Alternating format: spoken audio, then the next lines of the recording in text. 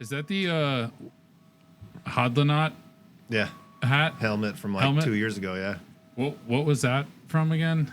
That was for raising money for his frickin' trial against CSW. How long did this print take? I can't even look at you in that thing. It's so fucking... I hope you wear that the whole time. You should. You look hilarious. I think that was honestly 2 days. Question, right? 2 days on that one. On a bamboo or on... No, that was on fucking Voron. Yeah. You still running Vorons? Yeah, it's one's upstairs. Yeah, buddy. How many different kind of printers do you have in here? At least 4. 1, 2, 3, 4, 5, 6, and now 7 because there's a P1 down there that I need to go get ready. In that box right to your... Yeah, Here? that's a new printer I just got today. Why isn't it set up yet? Because we're doing this shit. Oh. I wish we had a cough button.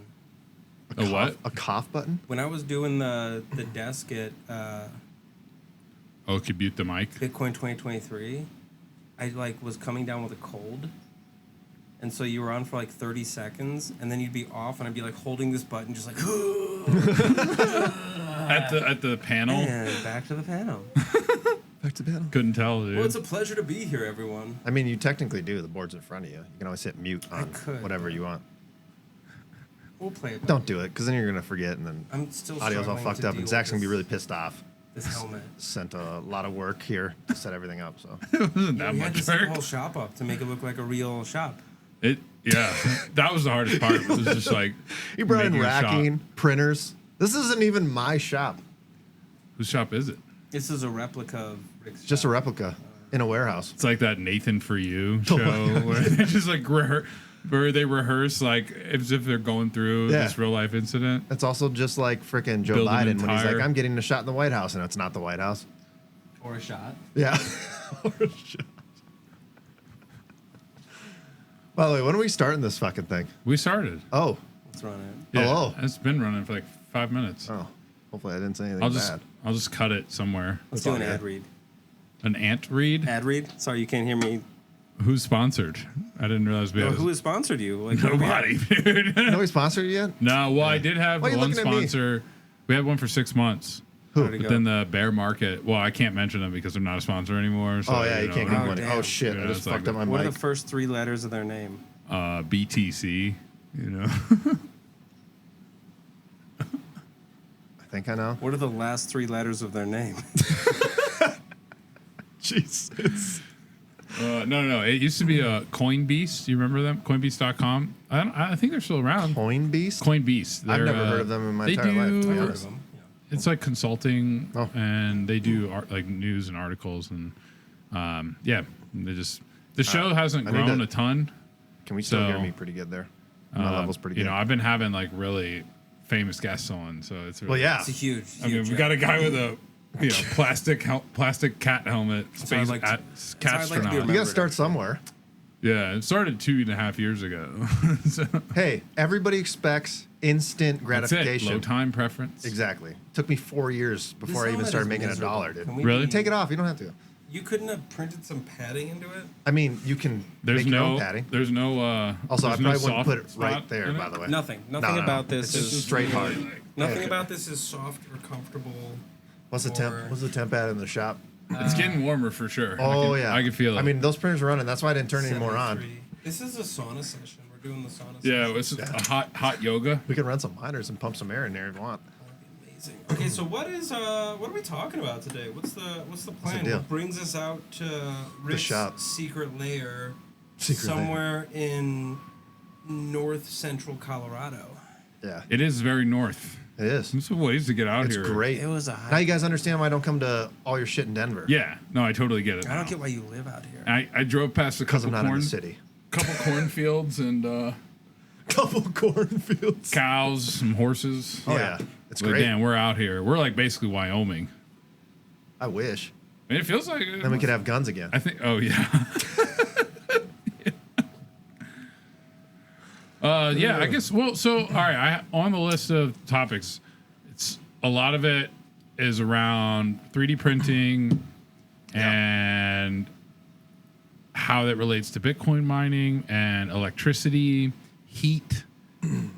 So, relevant for being sitting in a sauna. Get out of here. Well, yeah, and you're printing. I mean, you were saying earlier when we were setting up the space heaters are like flying off the shelves. I mean, we've got like how many of them printing back there? I think there's 6 printing right now. There's 7, 8 on the ground. There's 3 over there. Got a lot. Maybe we could start like, why is it so hot in here? That's a great way to start it. Yeah. Well, we're in the shop, and there is currently 20 some plus printers, and the bed heat is usually 90 degrees Celsius. What's a bed, Rick? The printer bed, where you actually print on, that is heated, and most of them are running at like 90 degrees Celsius right now. What is Celsius? What? What is Celsius? I mean, like, convert that for me. I don't know. That's a good question. Well, 90. See, that's why I asked. It's like 180, 190 degrees. Rick, we're in America. Because 100 We use the Celsius imperial. Yeah, but in like the printing world and engineering world, It's all it's all millimeters, Celsius. You're talking to everything. a professional engineer here. Rick is a... Okay, I wouldn't go that far. 90 Celsius is hotter than 90 Fahrenheit. Substantially. And 90 Fahrenheit's Absolutely. pretty hot. Yeah. So therefore, No, you are hotter than 90 Fahrenheit.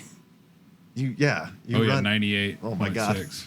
this cast is gonna be a great shit show. I can't wait. Well, we got a lot to talk about in We do. temperature, in the world of temperature. But no, overall, the shop usually sits at like 85 degrees. So I'm normally Celsius.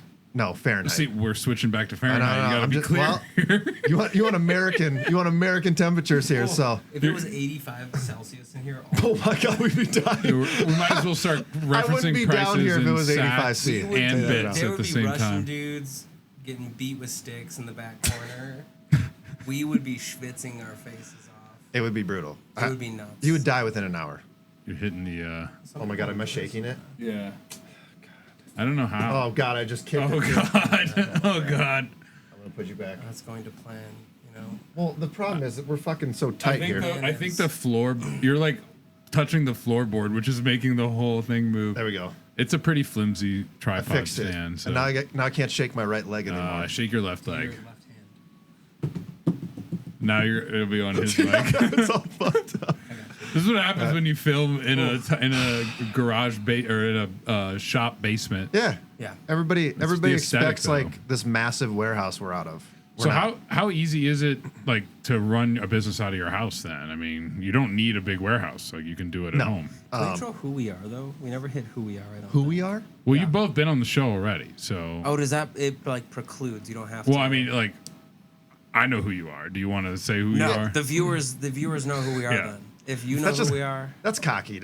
You can't say that. All right. Well, Introduce yourself. I don't want you to know. this is a former guest and a guest. If we've been guests, then the viewership. Yeah, Is, just go watch the other videos. They've met us before. Yeah, but just in case, you should always Oh, introduce because we're yourself. ever growing. Yeah, because Oh, you right. got. you There's just- new you just subscribers. He's cracked- bigger now because I gave him shit on the last one, having They're- like whatever. Now he's There bigger. is about double the subscribers as today as See? about when you, which is like we went from like 150 to like 300. and, 1,000. 300. No. and that's what I'm saying. Like Stop those, trying to convert it into sats. We're talking bits. that's what I'm saying. Add some zeros. For make all it the seem new better. ones, they probably. I mean, if you ever go to a podcast before, you never go back all the way unless it's a very Right. certain specific That's right. podcast. It's always something. The episode, actually, your episode still gets a good amount of views. I think it's because of I need to be the top. the tags, like 3D printing Hell yeah. Bitcoin. I think it just Kinda like big deal. it generates views. Dudes want to 3D print. Like every dude has a dream of 3D printing. Yeah, and I want every dude to 3D print. I mean, that's. But then you wouldn't have a business because I they mean, I would can all do always it create- themselves. No, but he- I can Well, always that's create the trick, stuff. though, is like the dudes that start the other businesses only go like 30% of the way. So it's just Rick about is going doing 100% it. of the way. Like the idea is not even. It's the execution. Oh yeah, that Rick matters. executes. Well, that's the biggest thing is like you watch all these like small companies come up, and you're like, okay, because I get a lot of questions in my DMs all the time asking me, hey, I want to start a business and stuff, and the first thing I tell them is, absolutely do it, but prepare yourself to not make money for like 2 to 3 years while you build. Like you will be small. Everybody kind of looks at me and goes, oh, you got this instantaneously. It wasn't. I've been here for like 6 years, and I'm still not even like big. And Right. you were Which is working another crazy. Job when you started this. Right, you Yeah, were that's you the were thing. in the turkey business. Yeah, Like I remember that. 100%. Like you should, if you're in the fiat world now, start a Bitcoin side hustle. And then build it up on the side for years. And then once you finally get to that level, absolutely swap over. I have an even more extreme view than that. What? You ready for this? Yeah. So I think that people shouldn't even start their own businesses. I think they should purchase a business and convert it to a Bitcoin standard. That's a pretty popular opinion. You think that's popular? Like a laundromat. It is, everybody, though. Well, everybody wants to be... The reason you want to start a business is because, like, your life isn't so exciting. Right. Or, like, you want to, like, feel like you did it. It's like running a marathon. I want to know that I put the work in and I was able to, like, make the thing happen. I kind of agree with you. But if the business actually grows, there's no business that grows and just has one person. Like, that's BS. Like, there's no startup dude that's like, and then I sold my $100 million one-person company. Like, that's maybe happened once in the history of the universe. Like, that's just not a thing. No, I completely agree because I have Mopar that prints out of Florida, and he's busy as hell. The now. homies. Yeah, exactly. That's like what you should do if you really want to do a Bitcoin business. Buy another business, convert it to a SAT standard. Are there any that like stand out as like obvious ones that are all over our communities? Like for me, laundromats. Like I don't know. Replace coins with lightning. Use the exhaust heat at night to Give offset the load. Yeah, you mining at night. Pretty, dump extra heat, heat your facility, heat your because there's already plebs that do dryer heat with miners. Right. So why couldn't you just run all your laundromat so dryers? You figure out if they're gas or if they're electric. That's the catch. Yeah. There's a lot to be figured out there. Gas for the dryers. Yeah. A lot of these dryers run on gas. Industrial Really? ones. Yeah, big boys. Huh. Like, okay. But if gas is getting expensive, that's an incentive to switch to electric. But yeah, the problem there is that nothing. Electric heat is more expensive, right? Because like people like normally, in their homes normally they'll have gas heat, but electric air condition, like because then like if you have electric heating, it's usually more expensive than gas heating. I don't know if it's 1-to-1. Normally, because there was a point in time where all the natural gas people, like I don't know, this is probably like 6-7 years ago or more. Yeah. Where they're like, oh fuck, natty gas is going through the roof. Now, what are we gonna do? And they started doing actual space heaters because electricity was cheaper than actually using natural gas.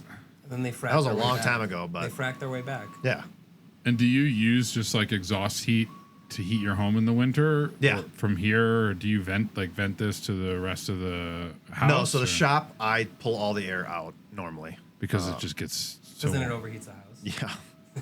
I mean, there's that. It's generates. What kind of wattage are each of these printers pulling? Probably 300 watts to 1,000, depending on if it's heating the bed. Oh shoot! So you're pulling some serious electricity out of here. Yeah, I'm out of power down here, and I've had No like wonder 20 amp breakers put in just to run like Just a whole rack of miners. Yeah, or not miners, but printers. But Rob, you vent. You have like a duct system for your house where you like vent the ASIC heat throughout the house. Straight to my HVAC register. So, like the way an HVAC system typically works, right, is that you have particular places in your house where air is sucked in to your system, and then you have obviously like the vents where your hot air or your cool air come out. But all that air coming back in on the return, at your HVAC return, all that air is getting pushed when your system spins on. That big fan is pulling in air through the register, through your HVAC return, heating it up, and then pumping it out into the rest of your house. And so in my laundry room, instead of just like tossing a minor space heater, which I could do, it worked perfectly well, and I actually did it last year because I was too lazy to set everything up. So I just took my little like brown box, which is like a version of the Upstream Data black box, but made out of a single piece of plywood. Mm-hmm.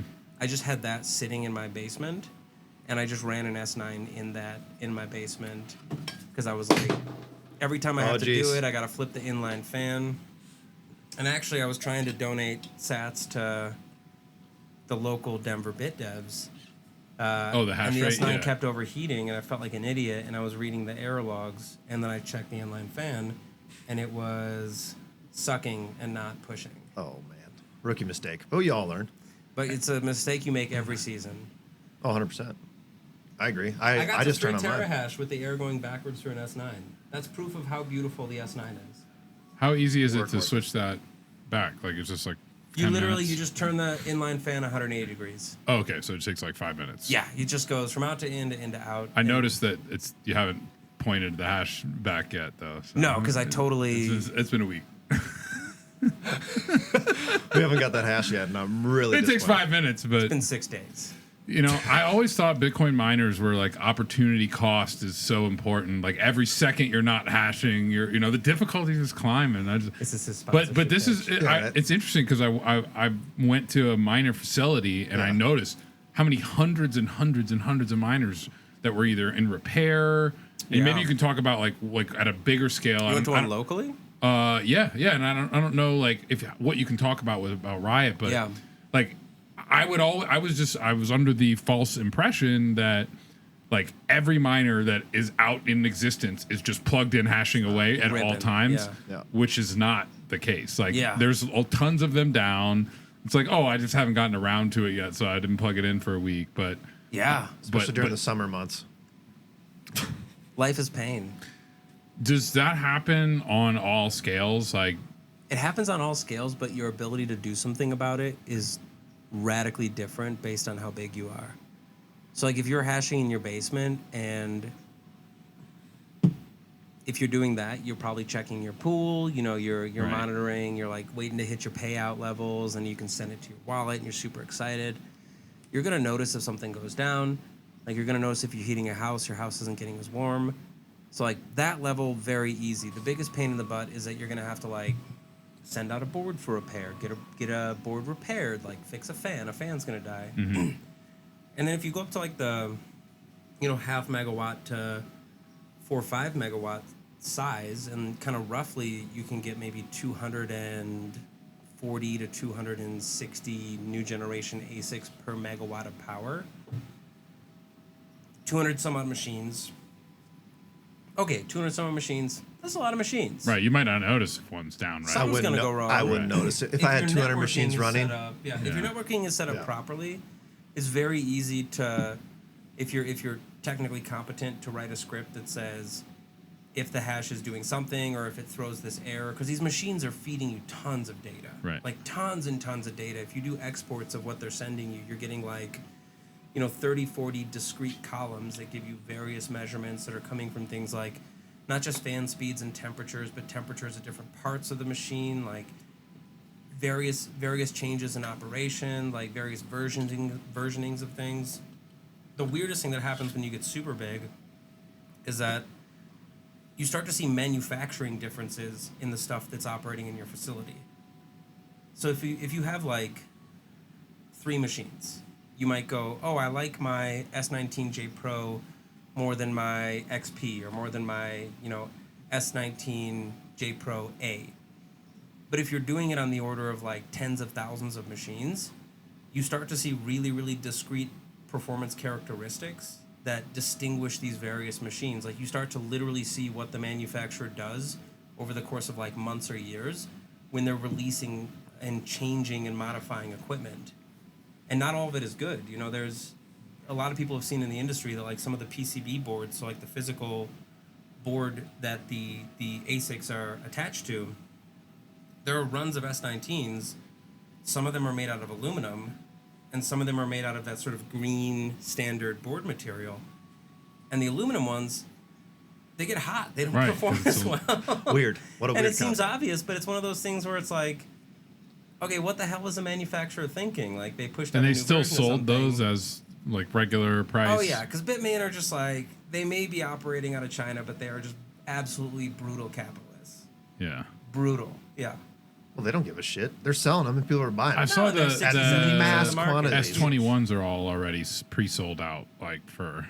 See, that's nuts. When do those drop? Do you know? They're just pre-sold. They're not even dropped yet, but they're all. They sold haven't out. even manufactured them yet. Yeah, I think they have an idea. They have an idea. Yeah, that's like, crazy. This hash rate. Do you want this? We're Well, probably there's gonna like- bring. You want this? Okay, you want this. All right, we'll build it. S19K, right? What? No, the S21 is like the 200 terahash like more efficient? Well, no, there's an interim. There was this The this K? one that's flying now that's like an S19K. Is that the 120 or something? It's like a 120, but 20 it's got the joules. efficiency of an XP. Yeah, it's 20 joules. So it's basically when you have a bunch of extra XP chips and you have a bunch of S19 like body standard bodies, and you go, yeah, let's make it. All right, so this is So something true. that I've never really understood. Like, what's the difference between the J, the K, like all of these like letters and like these little incremental changes that they make throughout a model series? Like, is there sort of a trend that you've noticed? I mean, there's somebody very smart who has been very likely tracking this with every step. The things that will change will be control boards will change. So you might have they tend to be like defined by the chips on them. So if you've heard like Xilinx or Beagleborn, or Amlogic, like various chip styles, whether they have an SD card or not, which changes the way in which you have to engage with it to be able to get firmware onto it. Right. Board styles will change. Not just the physical layout of the boards, the efficiency of the chips, obviously, what the boards are made out of. The freaking size. The size of the boards. If you look at the architecture of like, some of the stuff makes sense, some of the stuff doesn't make sense. But none of us are native Chinese speakers who are able to like fly over and talk to the guys at Bitmain headquarters. There's some stuff that doesn't necessarily make sense, but it's like a car manufacturer. Like they're operating on some form of constraint in the same way that any other business is operating on some form of constraint. They have to build a machine, but cash is not limitless and foundry space is not limitless, so they have to work within some parameters. And so they're trying to optimize for something. What it is isn't always apparent, but because they're such a large chunk of the market, they've been able to get away with like shipping stuff and going like run it. And I've heard Send it. And I've heard on account of I was chatting with a guy who works with a very large chip manufacturing company at one of the conferences, and he basically articulated to me, like, in his professional opinion, Bitmain makes like masterfully beautiful chips. Like they make just like beautifully architected chips. Mm-hmm. And so they're really good at chips. Like that's their thing. They make the most efficient chips in the market. Isn't Intel and Block and like aren't they trying to move some of that manufacturing of ASICs to the US? Have you guys heard about that? Did Intel ever actually drop their out of that? ASIC? Or? They rolled it back from what I heard, or they shut it down. Because everybody was all hyped up that Intel was going to come out with ASICs. Yeah. And that fizzled quick. Well, I thought that Block was using their they're open sourcing an ASIC. Okay. Which is really interesting. And it's going to be more efficient than these current gen. No? No? Dude, I'm not even going to say no, man. Nah, you got to be insane. It's not. You got to be insane to mine, dude. I don't understand why. I mean, I get it. You literally have a license to print money, so that's pretty tight. The world's best money. Well, no, you have no license. There's no license, actually. Yeah, there's no license. You don't need a license. The problem is, it'll hit you harder than you freaking think, because I bought S19J Pros at $12K a pop. Oh, they're still hashing? I just saw Alex sell one for $600. Nice, that's a good deal. And I would cop one. Yeah, I'd probably get one of those too at 600. What the heck? $600. That's a good return for a 96 terahash S19J Pro. That's a great return for you. On the upside, you get to write Crazy. You get to write off something against your Yes, business expense. Well, see, that's the thing is, but this was back in the day, and I needed the miners to also design around. Oh yeah, because you were building all these. So there was no, hey. Well, that's definitely a business expense. Then. It's a business expense for sure, but expensive expense. It's crazy as hell to think and look at the whole industry in itself and the pricing, because even when it's mind-boggling to me how high it can get and how low, and the swings with the price. I get that, but it's just so drastic because we're all the way back up at 35K, but the ASICs aren't. But the ASICs aren't pushing $5-6 grand like they were at the last bull. No, so they were like $9-10 grand at the last bull. So I think it's. You think it's going to go back up again? I was convinced by Alex at Kaboom Racks. So Kaboom Racks, ASIC brokers, they super smart guys, fueled by more caffeine than any human on earth should be consuming. Yeah, for sure. Yeah, but Alex has a pet thesis that I mean, I hope it's okay to share. But his pet thesis is that a lot of operators are going to be in a crunch as soon as we start to get in like a serious bull run. Because what happens is that all the guys that have been operating through the bear markets and trying to be financially responsible, or they've just gotten their butts kicked and now they're really trying to be financially responsible, they have to manage not just the hash that they're operating in a facility, but they have to manage like repair supply chains. They have to continue to buy equipment. As soon as we get this crazy pump in price, hash price is affected, all of a sudden it becomes way more profitable to mine Bitcoin. Everybody and their brother, you get this huge influx Just of plug retail. In. Absolutely. They start driving up the price of machines astronomically. They don't necessarily know what they're looking at, so they're just willing to like throw the money down and buy something. So he's really worried. His thesis, and he's selling the stuff, so it's going to be really good for him, and I hope it's good for him.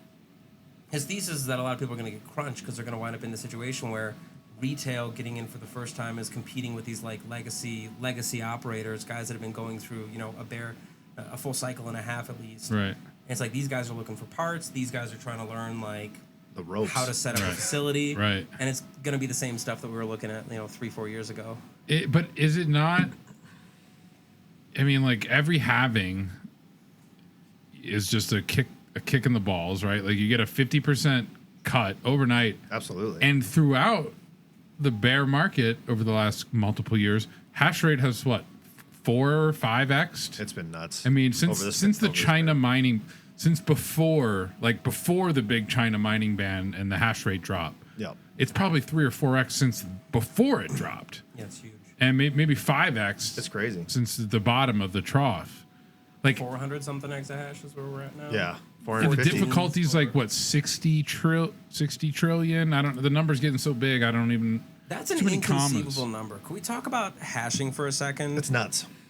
It's an inconceivably hard thing to do.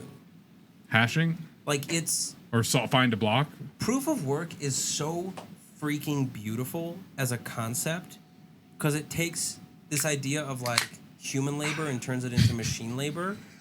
But like what a Bitcoin miner, if you look up online, you can see you can find these like free SHA-256 encoders where you will put a string of text into one end of it, you can hash it and it will spit out the hash of it, which is this 64-bit 32-bit 64 characters, something like that. You'll know more than me.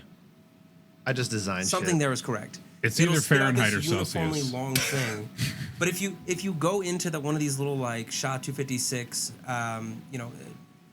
it turns free into hashers, you can change it, right? Which is essentially what a Bitcoin miner is doing with the nonce, is that it's putting in this like a different number that's somewhere in the sort of domain of potential numbers that you can guess out of, which is like a universe of size. And you can do that. You could just hit like the 1 button, or you could hit A, and you could watch the hash change every time you do that. Right. And if you sit there and do that until you get 1-0 leading, you might be sitting there for like a minute and a half just hitting the A button until one of those hashes says 0. In the first character. Yeah. And then you go, okay, well, what's the difficulty that I would have to achieve if I was mining Bitcoin, right? I would need like 19 or 20 zeros. Okay, maybe I'll switch A to a B, or I'll switch a B to a C.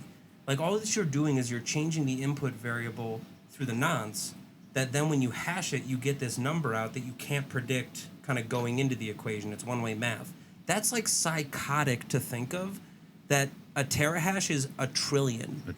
Like an S9 is doing 13 and a half or 14 trillion calculations per second. And like an XP is doing 141 trillion of those. And then you have per second. And then there's thousands per second, because you're searching in this mathematical universe that is so freaking large, right, that a chip that is designed to do one thing, change a number, hash it, check the output, right, and that's has to do that trillions of times. And that's one machine, and we're talking about a single facility, like something that Riot's got, might have thousands and thousands of machines. Tens of thousands. And then we're talking about there's dozens, if not hundreds of facilities like that around the world and growing. just think about the level of sheer difficulty it is to just guess a Bitcoin block. It's an insane amount of work. I mean, it's like the atoms in the universe, right? That's like what makes the whole security model of Bitcoin so amazing. It's beautiful. It's like it's like there for the taking. It's like anybody can solve it. There's no secret to it, but yet just through the sheer mathematics of it, it's like no one's ever gonna, even though it's right there. Yeah. And there's only one strategy that works every time. It's just guess more, right? Guess faster. Guess faster. Guess faster. Guess faster and do it more efficiently. And so is that like what the difficulty adjustment measures, is like the number of leading zeros, or how does the leading zeros in the hash relate to the difficulty? So the general sense is that yes, it's the leading zeros. It's a hexadecimal number, so it's larger than like what you see. It can be kind of like decomposed from what you see in the leading zeros to be more discrete. So it goes 0 through 9 and then A through F, right? We're rapidly approaching the world of like shadowy supercoding. Where like I am not autistic enough to be able to fully take you through that world. But fundamentally, when you are changing the leading zero, what you are doing is you are changing the difficulty by a certain amount. So like A through F. But those leading zeros are like order of magnitude difficulty. Because the odds of getting 1 0, like you said, you might be there for a few minutes just getting the first digit to be a 0. So the odds of you getting 16 zeros in a row in the beginning infinitely small is much ridiculous. Harder than 15 zeros in a row in the beginning. And 14, to go from like 19 to 20, like it's an order of magnitude. Entering like order of magnitude difficulties. It's crazy. If you just think about like the amount of hash and how that all calculates out, it kind of correlates like even thinking about where like space ends. So take me there. So does it's crazy, man. Like take me there. It's mind blowing to think about how many trillions of hashes you're doing in a second. And then if you correlate that to space, where does space end? Nobody freaking knows, man. That would be so interesting if you had like a visualizer of the work your miner was doing, and the visualizer was like a room that somehow graphically represented like the SHA-256 search space. That would be nuts. Like and expanding it would like over light time. up a block every search it does. Yeah. So you'd be there and you would be zoomed out, of course, but you'd be lighting up trillions of blocks. It's crazy to think about the numbers you're talking about. Right. Like everybody hears a trillion. Is inconceivable. Yeah. You literally cannot think about what a trillion is. You ever see the memes where it's like no, it's guys standing next to money? It's the guy standing next to like $1 million, and it's basically just like it's the size of your audio equipment. Oh yeah. And then it's it's like a physical stack. What does a billion look like? And it's like a football field. It's like it's 3 pallets, a skyscraper, or like 3 or 4 pallets of money. And it's like, what is a trillion? It's like the football field. Yeah. And you're like the billion to trillion jump is like a very substantially. It's ridiculous. If you think about like this sort of exponential pattern of growth is everywhere. It's like I think it was Chris Martinson that had a 10-minute discussion. He's like kind of like a gold bug econ guy, and he was talking about how if you like take a drop of water in a stadium and double it, I think every second or every minute or whatever, like 98% of the way through, you just like don't even know that there's any water in the stadium, and then like 2 seconds later, it's like it's completely submerged. Yeah, and it reminds me of this. Like I was camping like a month ago, and I was looking at the stars out, and I think I was listening to some like YouTube video where she was talking about the stars, and she was like, you know, that light that you're seeing is 1 million years old. Like there are stars in the sky. Yeah. That it takes light 1 million, maybe tens of millions of years, and it's just now getting to you at this very moment for the very first time. That star, that solar system could have been gone millions of years ago, and you're just now seeing its light for the first time. That's the craziest part. Because it's that far. And then we're talking about like the speed of light. Yes. And like it just made me think of this, like we're straight up looking into the past. When you start getting into these like massive numbers, like it's like our brains aren't like Not everything in the built for human world, like in our human society is very much like 1, 2, 3, like it's a very small linear thing, right? Yeah. But like the natural world including Bitcoin in this context at least, is exponential everywhere. Like linear, you don't see linearism, if that's like a word. You don't see that in nature. You see fractals. You see exponential growth, and it's just like like Satoshi or the CIA, whoever it was. The CIA. They figured out how to like put the Bitcoin incentives in line with that of like the natural order of the universe. Nature. It's incredible. That's a beautiful way to put it. That is. Man, it sounds like you were on a lot of really good drugs on that camping trip. It's the kind of thing where you wake up the next day and you're like, yeah. I know the universe now. Yeah. That's nuts to think about, though. I heard Alan Watts' voice. Love Alan Watts. Yes. The British guy? Yeah. He's the Taoism guy. Yeah. He's the one who got me into Taoism. When you look into the universe, you see. know that the universe is also looking into you. Pretty good impression, Alan man. Watts Bitcoin voiceovers. There's an Alan Watts The minor Bitcoin. hashes. Why? Why? He's searching a space that you're in too. That we're all in. Do you have any more impressions for us while we're at it? All right. Hey, did you ever want to introduce yourself so people know who the fuck you are? This is Alan Bitcoin Watts. 35 minutes in. Hey, I'm Robert. Hello. I am Rick from CryptoCloaks, and you're in the shop. Just a Bitcoin aficionado. Yep. Oh, Just a dude who likes Bitcoin. you were saying okay. So I had asked you in the 30 minutes ago. Like, at what point? 30 minutes ago before our rant. At what point did you like know? All right, I need to like move out of the home office and like legit get a physical He's gonna space. lose the tax write-off. Oh, the home office deduction. 40% of your house is just So I operations. pretty much write off like 60% of our house because I mean, it's literally your whole house is a shop. yeah. I have the furnace room, I have the basement, I have 2 spare bedrooms, and I have the upstairs. So it's pretty crazy, and it's all actual workspace. This isn't anything funny You're not business. trying to Right. Yeah, this isn't trying to juice the system. I have storage everywhere. I don't buy storage facilities off site. Everything's in our house. Like it's crazy. Because a lot of people are like, when are you gonna finally buy like a separate building? And I can't even think about that honestly, because your expenses as soon as you do that triple at least. You're trying to buy Bitcoin. Yeah, not like I'm here to building. stack sats. It would make more Real sense for estate's you a to shit buy coin. Yeah, a bigger I don't- house, to be honest. That's pretty much our plan, right? There is no buy a separate building. It's gonna be, I'm gonna buy land. I'm gonna build a house, and then I'm gonna have a shop on that land, and it's just gonna be a massive shop. Yeah. There is no buy a second building anywhere But it else. could It's be gonna like be a our detached, house. like, Yeah, it'll be- exactly. It'll be a okay. detached shop. Yeah, Small businesses are like the cheat code of personal taxes. it is. The cheat code. Because you don't even need to actually like do anything fishy.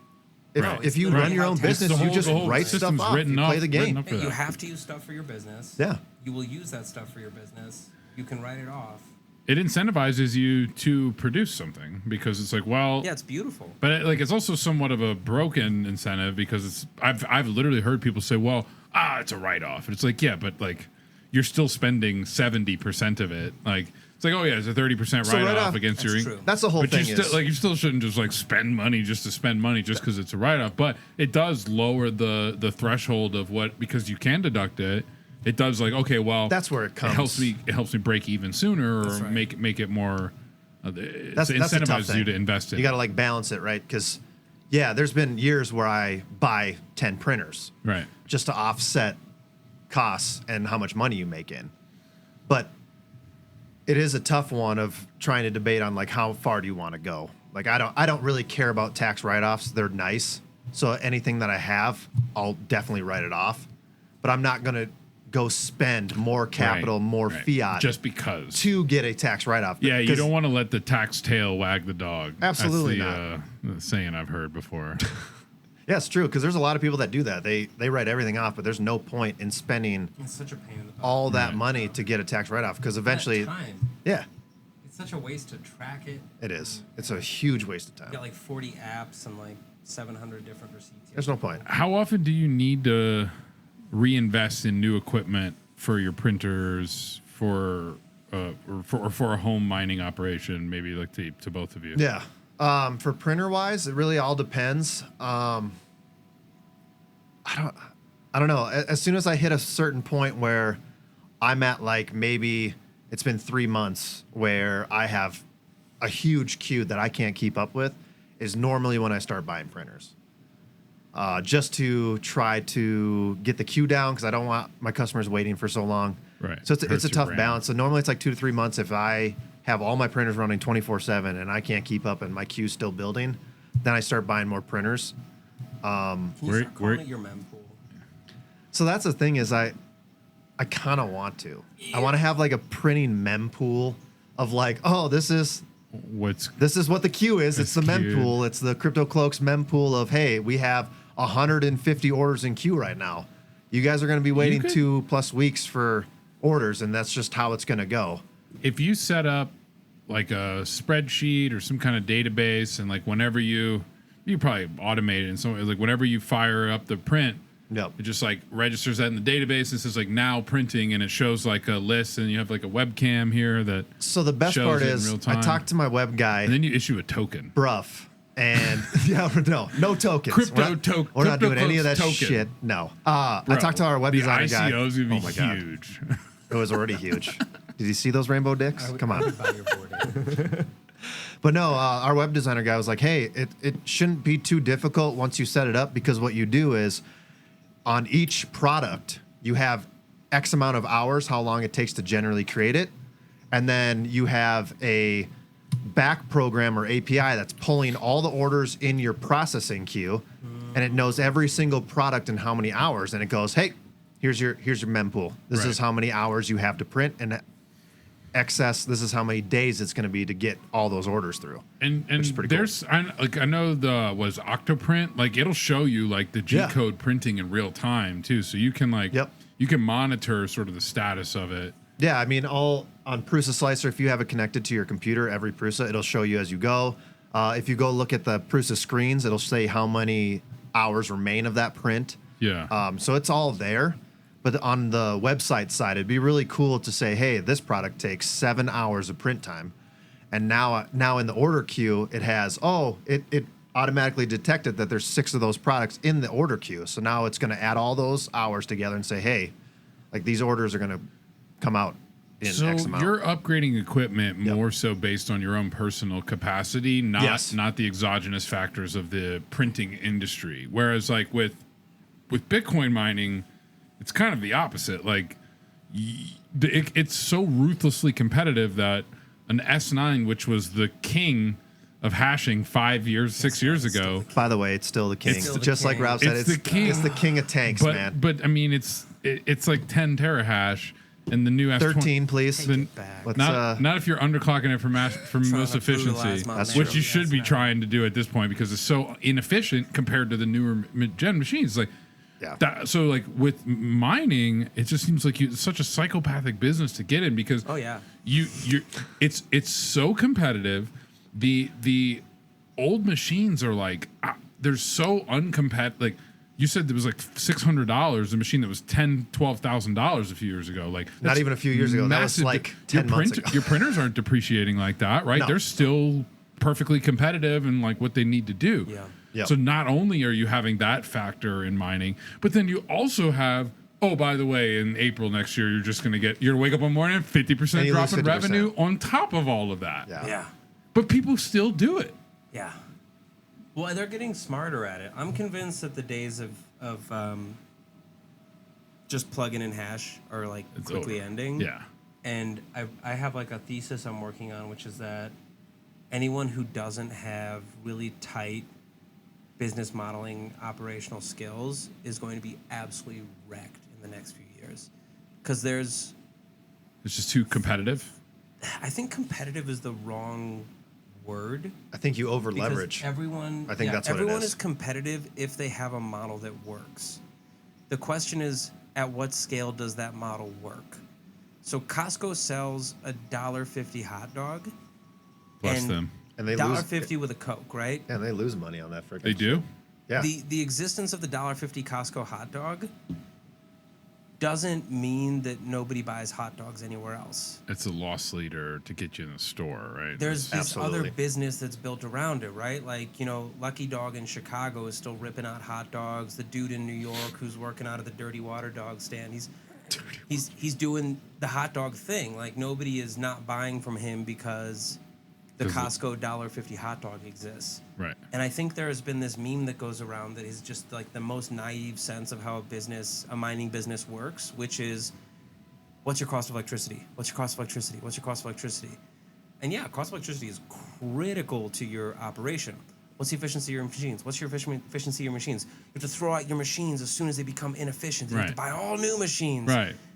50 million in new equipment. There's so much more going on. There's so much more going on because the scale at which you operate radically changes the way in which you cash flow your business. In the same way that like a $1.50 Costco hot dog, call that your mega miner. Mega miners don't just make money mining Bitcoin. Right, like Riot's has curtailment. They sell the electricity to the grid. We participate in ancillary services, and ancillary services basically mean normally on an electrical grid, you have supply, you have demand. You have a generator, and then you have demand, which is typically consumers or industrial applications. And demand is the thing that changes, that supply has to adjust to. And between those two things, you have a grid operator. So in Texas, it's ERCOT. But if you want to know what your grid operator is, look at your region and search for the ISO or the RTO, and that's your regional transmission organization. And you will see that there's an entity, it's like a semi-governmental entity that essentially helps to regulate the flow of electrons to ensure that you have what's most important, which is electricity when you need it. So their mandates are typically to keep the lights on at an effective cost. So there's multiple parties in the grid. When you're at the scale of like a Riot, so you've got 700 megawatts installed capacity, our own substation coming off a large switch, that's not just 700 megawatts that we can plug in miners and say like, yep, let's rip them. Like, of course you can. That's what you want to do. You want to mine Bitcoin. But you also have a counterparty. You have somebody who, or not necessarily a counterparty per se, you have the generator, but you have a grid balancer who wants to make sure that when Gladys wants to turn her AC on in the middle of summer, she can turn her AC on. Right. And so from a grid operator standpoint, it is really, really important that they have optionality. And so they will essentially, they'll buy derivatives or participate in this derivatives market, which is, when I call you in the middle of summer and everybody is ripping their AC, you need to turn off. And I can't get supply on fast, I can't get supply on fast enough because it's getting real hot. And maybe the wind isn't coming up, so I'm not getting all that wind energy that, hey, like, told the wind to blow, it didn't blow. I can call you. I hate when it does that. I can call you Riot, and you will turn off 300 megawatts. 500 megawatts. Is that something that can just like boom? They can turn it off like that. I mean, literally hit a button and it's minutes. It's removed a significant amount of load from the grid. Or there has to always be some amount of load, right? You got to run. You got to keep the lights on. You got to keep pumps to things going. But the all your basic operational stuff. Yeah. But your biggest draw for load is the machine itself, and so as long as you can do that safely, the way you figure out how to do that as quickly as possible. Two questions as follow up to that. How much of at the mega mining scale is it about like energy trading versus Bitcoin? Like, is it more? Is it just as much? Like, is it? It's like it's bigger. It feels like it's just as much, if not more, about the energy management than it is the actual Bitcoin expertise. Yeah, if you talk to, our CEO Jason Les has given some like really good interviews on this when he talks about the strategy. Dude is like a guru at the strategy. Yeah. Was like a professional poker player for many, many years. Oh, good to know. Like high stakes poker, like that's basically what he's running. Is a high stakes poker company. Did it without exploding. Like the dude is extremely strategically savvy and also has a computer science background. Okay. So very, very technically savvy. The thesis that I've heard him articulate is essentially like, we're a commodity producer. Mm-hmm. And so like a commodity producer participates in the market relative to like their inputs and their outputs, and that's fundamentally what we're doing. So the energy is super, super important. It's dead. What happened? That phone's dead. The camera's dead? It's black and it's not turning on. It was at 100% battery. She gone. She got hot. It was at 100%. She got hot. She gone, man. She wiped out. For her? You want a plug? I probably got a 3-way splitter. My back is. It might have just tried. Dude, Oh, did just? It's at 81%. I don't know how long that's been off. I just looked over and saw a black screen. Did you just turn it off, Rick? Did you ruin the podcast? It recorded 40 minutes of it, so. It's only been off like. We've been 5, 10 ripping on minutes. the most random fucking shit on this podcast. This It's is great. Fundamentally I- making people's brains larger. I enjoy it. This is fun. Oh, it's good. I love just ranting on random ass shit. Because nobody knows what they're talking about in mining. All right, well, I'm gonna go piss real quick, man. Resync. I'm pissing. All right. You guys can keep ranting about. Okay.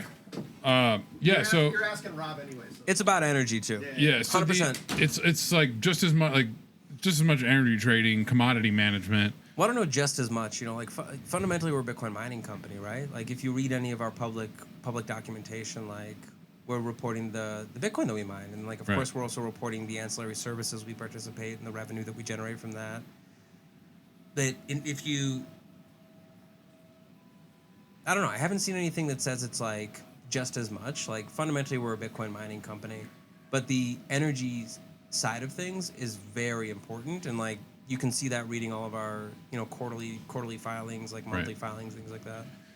All right, my second question was, how did you learn all that? Like, cause I feel like when you were working with Upstream, you knew a lot about energy, but not like you do. I mean, you've been at Riot like what, a few months, right? And like I feel like your depth of knowledge about the complexity of the energy grid. Just drinking from the fire hose. Like dude. it sounds like it. That's the only way to do it because nobody knows what they're doing. Did like, you learn a lot of this on the job, or like I mean, you pick it you up. reading like Merriam-Webster's gigawatts Well, no, for there's dummies? a lot of really or? good resources in energy generally. So like reading a ton about the grid, reading a ton about energy. Like there's really, really, really good books about the history of energy and like energy generation and like how that has fundamentally led to the growth of human society. Like Margaret Angwin, Shorting the Grid. There's a book called Energy: A Brief History. There's a Vaclav Smil book called Energy and Society. You've read these? Yeah, like You had to. You've read all of these? yeah, just because I'm interested. No, Like, okay. Have you read the Grid by Gretchen? Gretchen Bakke. Gretchen, yeah. No, I haven't read that one. Dude doesn't do That's any one that's on the research. list for me. No research. He has all these other books, but When Tyler T-Bane, you know Tyler. Yeah, he's big on it. He recommended that book, The Grid, and I haven't read it either. It's on my Amazon. I'm just like, I'll to listen buy to him. list. I'll just listen to Tyler. If you want something haven't read like, it There's yet. only so many things I can become a good expert at. Like Yeah. I'm gonna have to pick and choose. that's why I do. I don't. if I you don't want try something to super fuck with too much. academic, the Vaclav Smil book will blow your mind. I don't think I want something super academic about It will electricity. I'd rather you blow just your explain mind. it to me and like for dummies. That's why. Yeah. That's why you and T-Bane have that expertise to explain it to all of Hardly, us. dude. I'm a philosophy major who works in Bitcoin mining. Like, He's trying to be humble. He's an I'm- expert in the mining I know area. He loves to pretend that he's an expert also. So since Rob hasn't everybody give him introduced shit. I'm so himself, brutally offended right now. you're in There operations. are no experts. That's true. I hate you actually. so much. I love it. Put that in there. It makes me cringe to hear the term like Bitcoin I'm an mining expert. expert. And that's the thing. That's also I the hate same with like everything 3D about printing. that. They're like, you're a 3D printing expert. I'm like, I am not. I just run. Like there's no print. way being an expert. Yeah, because there's people that are always going to be better Better than me. There's at- so at many people every out there better single than me. aspect. Like I know so many people that are so much better than me at like all these various other things. Like, Yeah. Good. If you were the best, that'd be and they really shouldn't be calling boring. themselves experts either. To Be be depressing. honest. Like if you, there's a real disappointment with achieving a goal. You guys ever find like Post goal depression.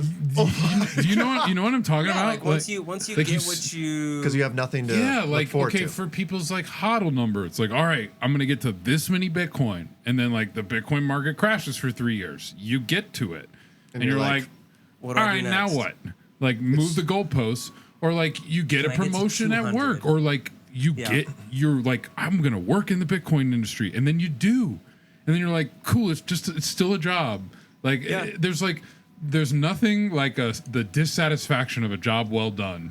I feel like Well said. See, I think I have a different aspect or like look on that because if I get to a goal, I'm like, that's sweet. But then you always immediately set another one to try to like Right. get something.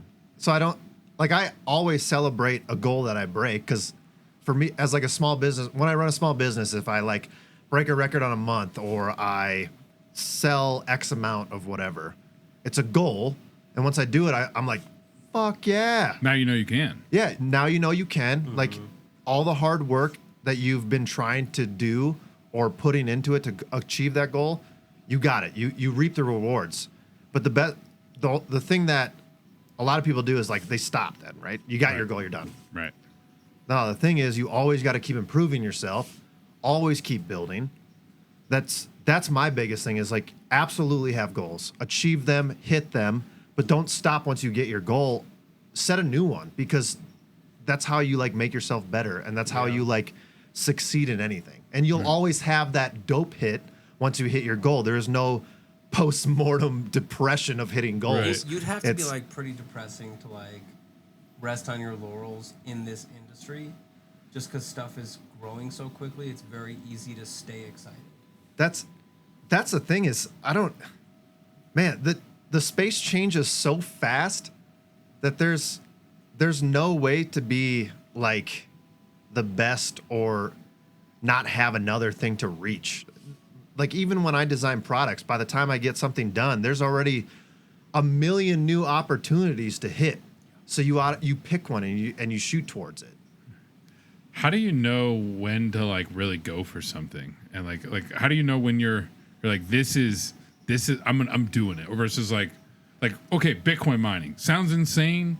I'm going to do it anyway cuz it just feels right. Or like starting a 3D printing shop and expanding and I'm going to buy 100 S9s and build this product line of a portable space heater. Like, is there something that happens like in your mind where you're like, all right, this is a good idea, where they're like, it's crossed the threshold? Is there like an indicate, you know what I'm talking about? I like, think how do you know when it's like, all right, this is something worth following through on? For me, my favorite saying is always let it buck. Let it buck. Anything I ever do, let it sat. sat. Yeah, like I let it buck. I don't care if it's a good idea. I'm gonna fucking put everything into it.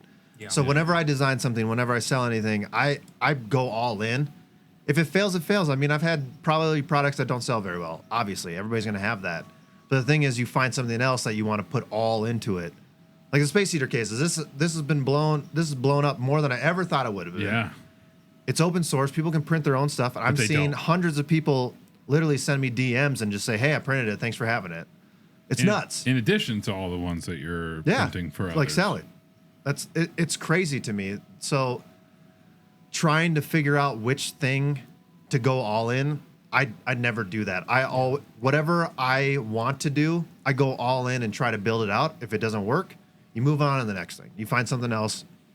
And the best part about running your own company is everything that we make or I make in the shop, I use personally, like everything. Yeah.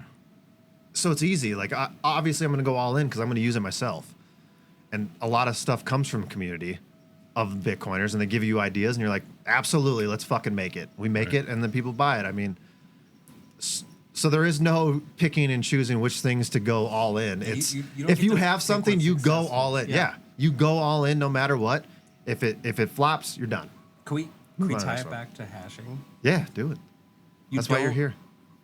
You're the hash king. I'm gonna keep calling you that. The hash king. It's just like this son of a bitch. Is my star rising right now? It's rising so high, you have no idea. The thing is, you don't know continues to it's rise. a hash function. Business is like a hash function, where you don't know. This is you don't know the output. We're generating this on the fly, so we're gonna see if this this example holds.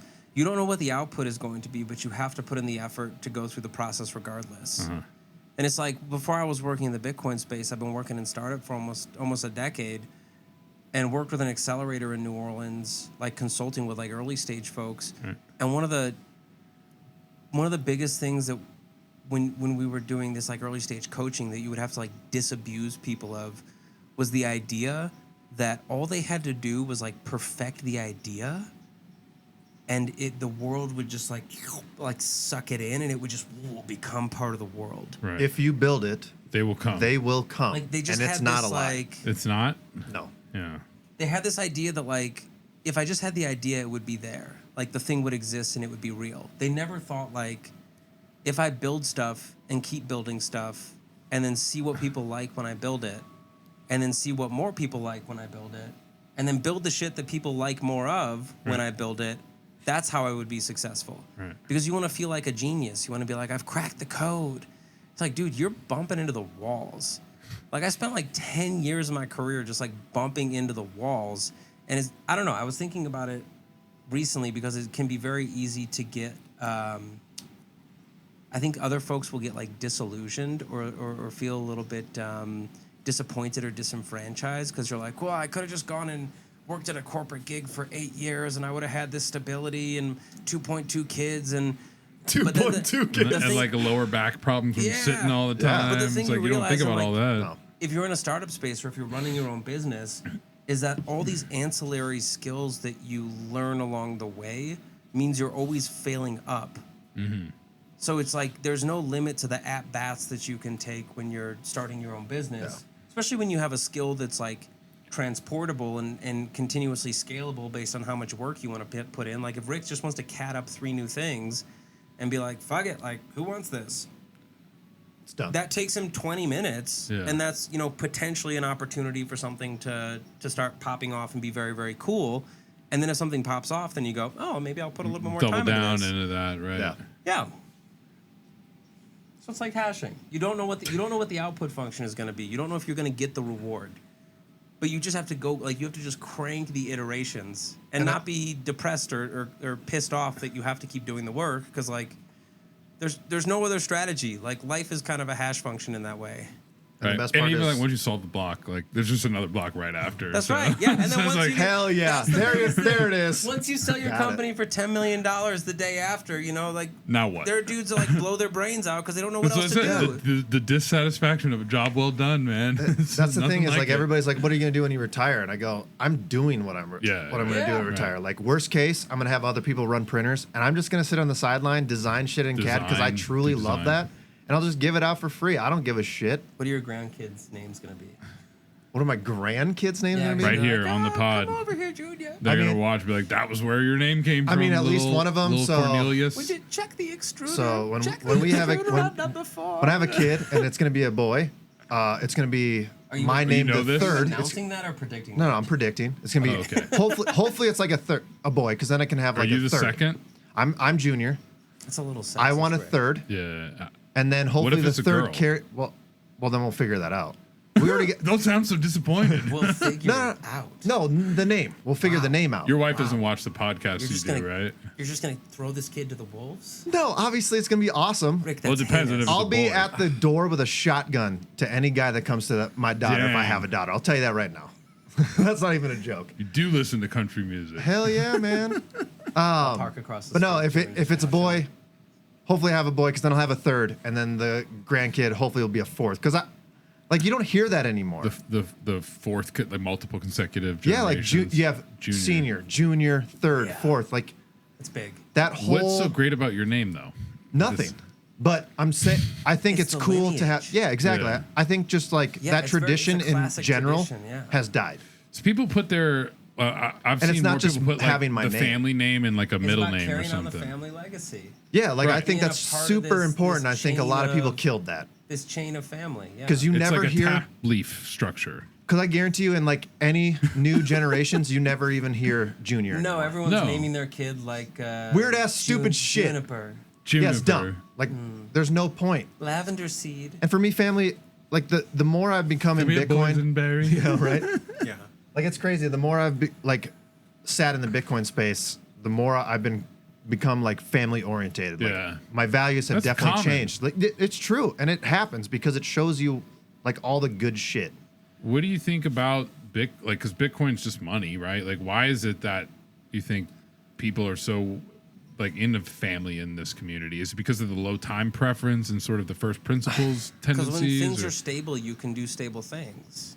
Oof. having a kid is good. stable, You got a 1-year-old, having right? having stable money, having like a predictable. You can actually build a family, a foundation. Yeah, I Absolutely. did I wrote an essay I never published about like the memes of Bitcoin, like the Bitcoin fixes this meme. Coming soon. And how everybody is misinterpreting the word fix because they think fix is like Bitcoin repairs this. Like your life is screwed up, you buy Bitcoin, And like it's all fixed, right? you don't have holes in your wall, No. like your roof gets reshingled, you're fixed. But really what Bitcoin fixes this means is it means like to make solid or to make stable. And so like the opposite of fiat by decree is inherently something that's changing. Chaos. If something is fixed, it is stable. So we had this huge influx of like, which was interesting in the last cycle, was like a lot of religious people started to grok Bitcoin in a really interesting way, which I wouldn't have ever expected. I was like, oh, like why are they into that? Oh, because people who are like living by a sort of creed that has like a very firm ethical structure that is, whether it's the 10 Commandments or whatever other sort of like credo you follow, Right. it's set. Like they're not the negotiable 10 Commandments.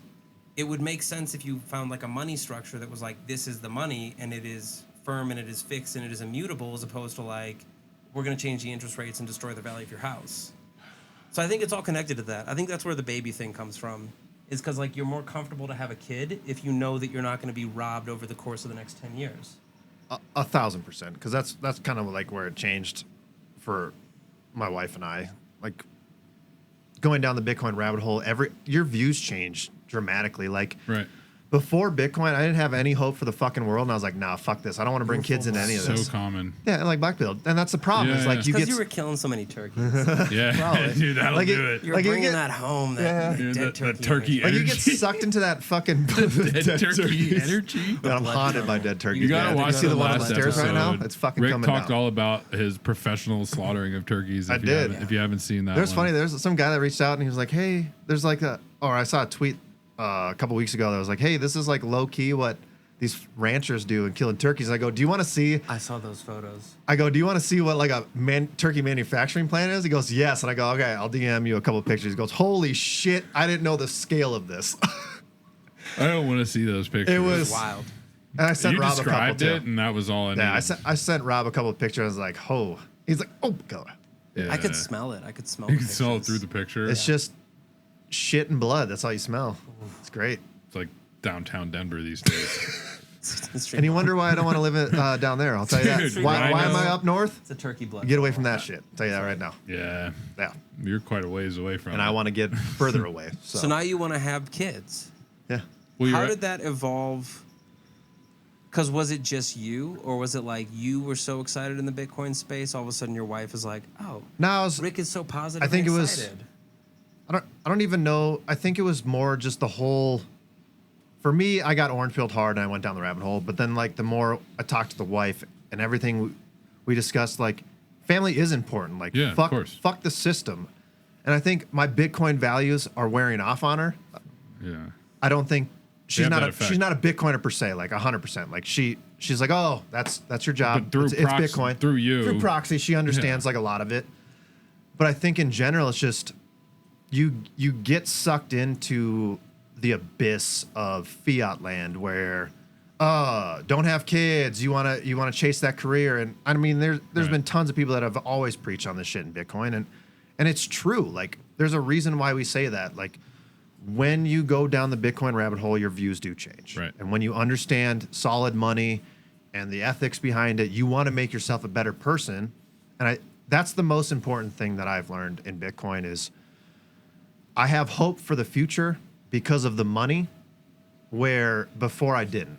There was no escaping the bullshit that fiat and governments were bringing to it. And because you'll hear people say like, "Oh, I can't bring kids into this world. Like, I don't want them to deal with the future." And it's like, that's coming from a worldview. It's so dark. It is. I right. used to think like that 100%. that's I was like, I don't want to bring kids into this. This world's fucked. Right, but that's because like you don't see a solution to the most systemic problem, right? Like Exactly. You never which is saw money any touches future and you everything. only saw it getting worse, where Bitcoin changed that. Like Right.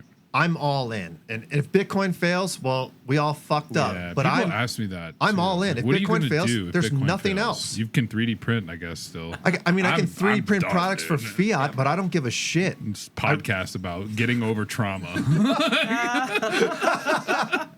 But it's true. Like a lot How of to people recover ask from us. humiliating yourself for years. It's true though. A lot of people go, "What if Bitcoin fails?" And I go, "Then I have no fucking hope at all." Right. What if someone turns the computer Yeah. off? So it's sort of like a, well, damned if you do, damned if you don't. So it sort of chops off the tail of that risk. Absolutely. Because it's like, There is no risk. like we're gonna be poor with everybody else. You know, misery loves company. Here's a new thesis though. Is that Oh God, did does you just that create this mean- right now? Yeah.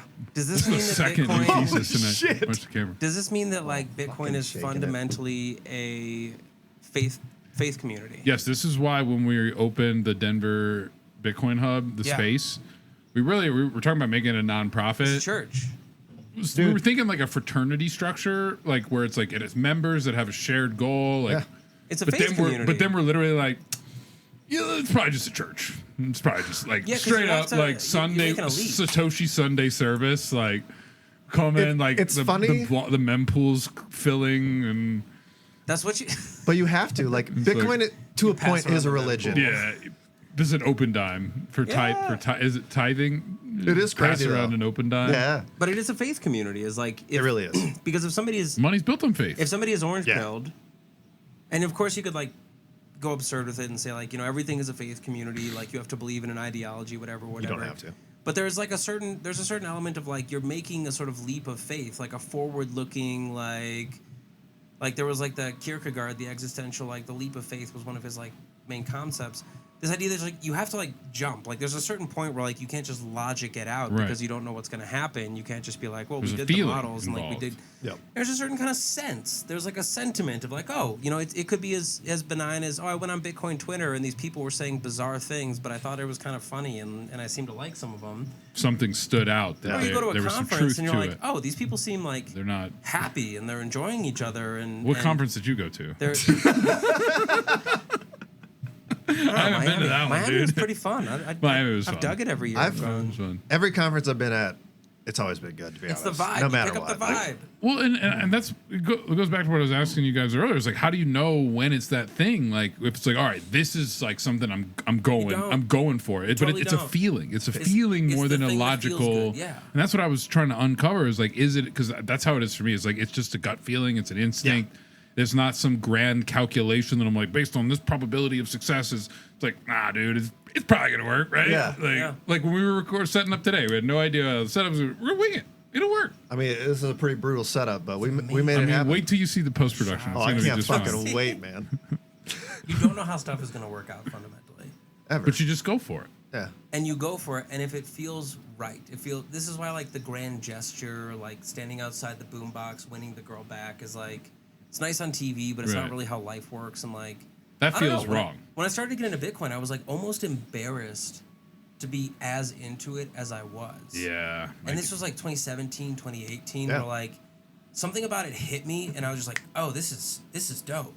And I got it, and I got really big into self-custody, and I was like running a company in New Orleans at the time, so I wasn't like looking to work in the industry, but I was like almost embarrassed how cool I thought it was and how into it I was. And it took like multiple years before I could like effectively articulate the way If that it makes I you feel felt better, about it. I still can. Yeah. I Dude, still can't it's articulate a huge learning curve, and I feel like you either get it or you you don't. And you like you have to do those hours and hours and hours of research, and then all of a sudden it just clicks and you get it. But up until that moment right before, you don't get it at all. You're like, what are oh, we it's this integrating? thing. It's this. Oh, okay. It's the whatever it is. For me, it was fucking quick because as soon as I was like, oh, it's Because you're so smart, Rick. no, it's not even that. That big brain. It's more. Well, you have 2 computer monitors, so you can learn twice as fast. Well, And there's a TV, technically it's got 3. three. So. Well, that's a TV. Yeah, I mean, it's a 2 computer monitors It's and a showing the TV. mempool right now. He gets one into each eye. Yeah, Which is 100 sats per byte right now clearing. that's so brutal. so bad. Holy shit! And the Dude, block I didn't clock know you showing were 91 submitting over all there. your CAD docs in ordinals these days. And That's what's Sorry, guys. clogging the I put the mempool. space heater on the Rick's blockchain. immortalizing his 3D models I'm trying. and putting them on It's your like node. 3 megabytes per file, so get ready, boys. The whole block. Man, it's It's quite an investment in your It's a large library. transaction. You have another like extra $100,000 you're gonna pay a miner to do an out-of-bound transaction for that. No, I don't play that game. It's just it's just a picture of you with your sticker pack. Like That's we're it. Like, yeah. It's just... On Jesus. that note, what were you just saying? Yeah, what was I just You were saying? taking us down a beautiful. I was rabbit going down the rabbit hole, and I about kind of the forgot. feeling. Yeah.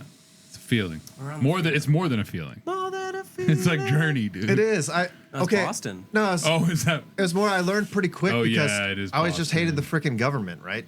But so you, But you didn't know why. but you didn't know why. so Bitcoin like tapped into something that you already felt. Yeah, because You didn't It have to made create sense. this it made new... sense because you go, yeah, these guys can just print us into oblivion and destroy everything. While you can't do that with Bitcoin, and that's the light that hit me. But It like, how goes- did that light hit you? Because I that don't know. It hit me Are you fast. Are you going through something right now? No, Huh? I'm wondering like, why do some people find it so obvious when they learn about Bitcoin? They're like, oh yeah, It's true. The problem of the money, the problem of homelessness, and like inflation. Like, and some people are like, I don't don't want get your it. scam. I mean, it's like, but there's some. What I'm trying to ask is like, there's some sort of like background or like prior knowledge or like personality trait that you like are go against the grain. There's something in the type of person I totally that, get where you're coming from because it's true. You either get it or you don't right away, and some people take a long you have time, a proclivity and to some get people it do or it, not. and it's true. It's like a backbone of like being a rebel, not a rebel, but like always questioning things. Distrusting in the system. The system versus, oh, I love the system, I'm gonna believe everything, which is that's normie culture, right? Like, I was because you've been talking to- Give programmed you like my that. triggering opinion though. Yeah. I have a very triggering opinion about this. Oh boy, everybody get ready. This is gonna get intense.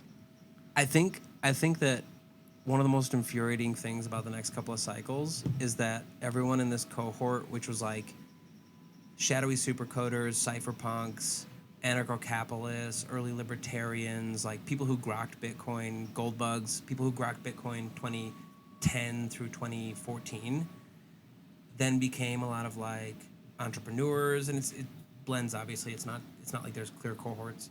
A lot of entrepreneurs, a lot of people who were trying to get into the space from like an investment standpoint. A lot of people who were like, something feels wrong with the government, a bit of a countercultural kind of bent. I think that in the next like cycle or two, we're gonna hit a moment where Bitcoin becomes mainstream. The cool thing. Going to the conferences is going to be like going to a Taylor Swift conference. Oh my gosh. And it is going to infuriate every single one of us. By who the way, has that's- this Anyone who's inclination. involved That's now. when I stopped going gonna to drive us conferences. nuts. I'll tell you that right It's now. going to drive us nuts. Well, It's already you'll be happening, a though. celebrity at that. I mean, if Rick's already Bitcoin, a celebrity. if you have like 50,000 followers kind on of a Twitter, big- dude. Okay, first of all, I have You're 24,000. That's nothing. That's like, Basically 50. dude. That's you just got to double that, and you're at 50. Yeah.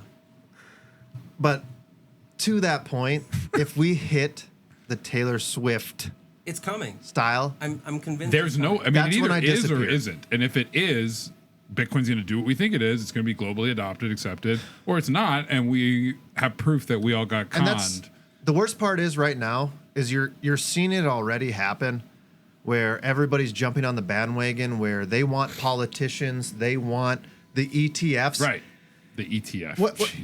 What's crazy to me is I've only been in the space for 6 years, and over the past 6 years, things have drastically changed to the point of where the OGs of the space are willing to sell out so fast to watch the number go up. Because they've been hodling for years. And dude. the It's problem hard. is we're losing all of the freedoms that Bitcoin bring to us. Obviously, you can still have the freedom.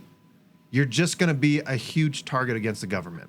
Like everything is happening to the point where everybody wants regulation. We need the government. We need these We need huge the corporations. ETF. We need BlackRock to right. fucking buy an ETF Right, to what? go to the moon. It's like everybody, It's when we cheering for BlackRock. to me, it's kind of like a depressing thing watching, but I'm also hopeful that a lot of people are also going against the grain where, no, it's freedom money. It's the people's money. We don't need government officials. Anybody that simps for a fucking politician that's running that says Bitcoin is a LARP in my eye, because politicians will obviously jump on every bandwagon possible to get votes. Right. Like RFK Jr. I mean, there's so many different ones that are going, hey, in the U.S., this politician just said they're going to do all this for Bitcoin. It's like, I don't give a shit. That's never been the point of Bitcoin. We don't need these people. You need Bitcoin. Bitcoin doesn't need you. That's the most important thing that I think people are losing. And like Rob was saying, if we hit the T-Swift era, I'm afraid we're going to lose what we have is like the freedom money. We don't need people to tell us or control us with Bitcoin. Like, we don't need that. We don't need anybody. It just works. I don't see how we avoid it. The problem is we won't. See either. Yeah, maybe I think it's coming.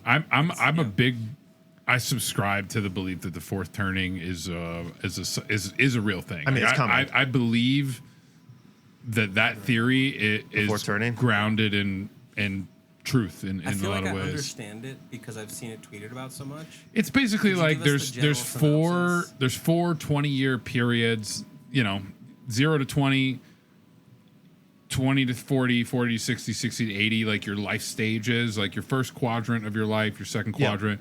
And depending on what quadrant of age you're in when the crisis period happens, which is the fourth turning, sort of defines your generation's characteristics. And so we're in the fourth turning? So we are in the fourth turning right now, which is a 20-year period. It's 2 decades. Of all hell breaking loops? Of sort of the end of the like last... chaos. It's like a super cycle over... So you have like the 20-year period is like winter in society. And when winter is over... It usually culminates in some kind of event. Like he says, the most recent one was World War II. It's like, all right, the way we're living life and structuring society fundamentally no longer works for our world, so we're going to have to change it up.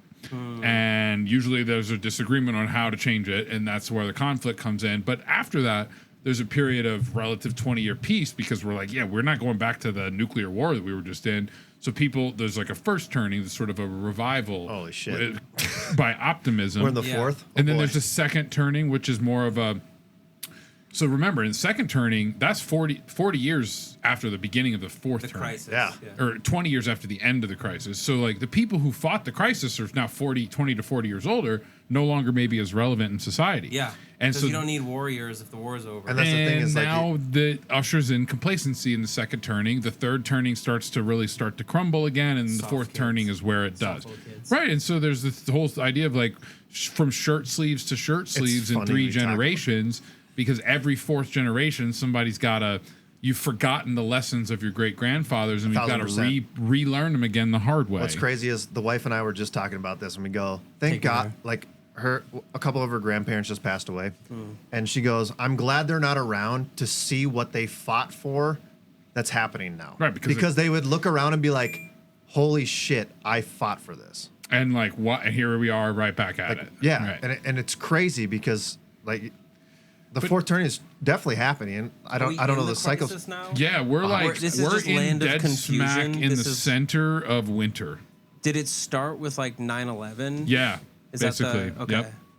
Yeah, early 2000s. That was the beginning of what? So like halfway through the fourth. Yeah, 9/11 or 2008, depending on like where you point it. Housing. So he basically is the author's like, we're in it. We're in the thick of it right now.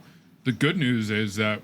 We're in the thick of it, and at least for our life, like what we have left in our next 40 years is the first and second turnings, which are periods of relative optimism and growth and and calmness compared to what all we've ever known, which was the end of the third turning and the beginning of the fourth. I got the 90s. Well, the 90s are great. That's the grunge. It's kind of like the slow cracks are starting to form in the culture. Begins. And then, the complacency, and then the fourth turning becomes the sort of excess and the grand big collapse, right? But in any case, we started talking about this because I was saying that like I think there's no way that Bitcoin doesn't succumb that same fate because human nature is human nature. So like in 3 generations, people will be arguing about whether we should have 22 million Bitcoin or 23 million Bitcoin. That already happens. Having 21 won't even be that won't even be an option anymore because people will have forgotten the lessons that we fought so hard to preserve. And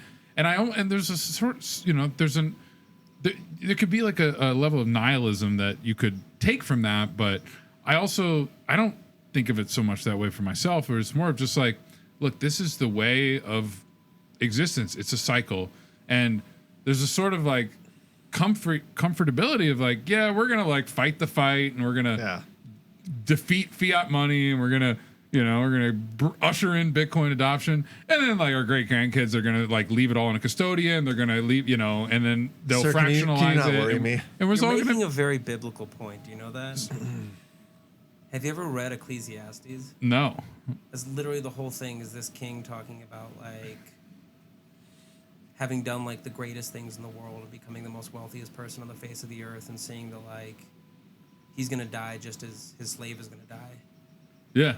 And like a lot of the discussion and debate around that is like, are you black-pilled by that, or exactly is there an right? Like Where is the optimism? Yeah, I think like I'm like you, Rick, where I think before Bitcoin I was very much like nihilistic about that assessment of the way of the world and of the universe. It's like why try, because nothing is going to last.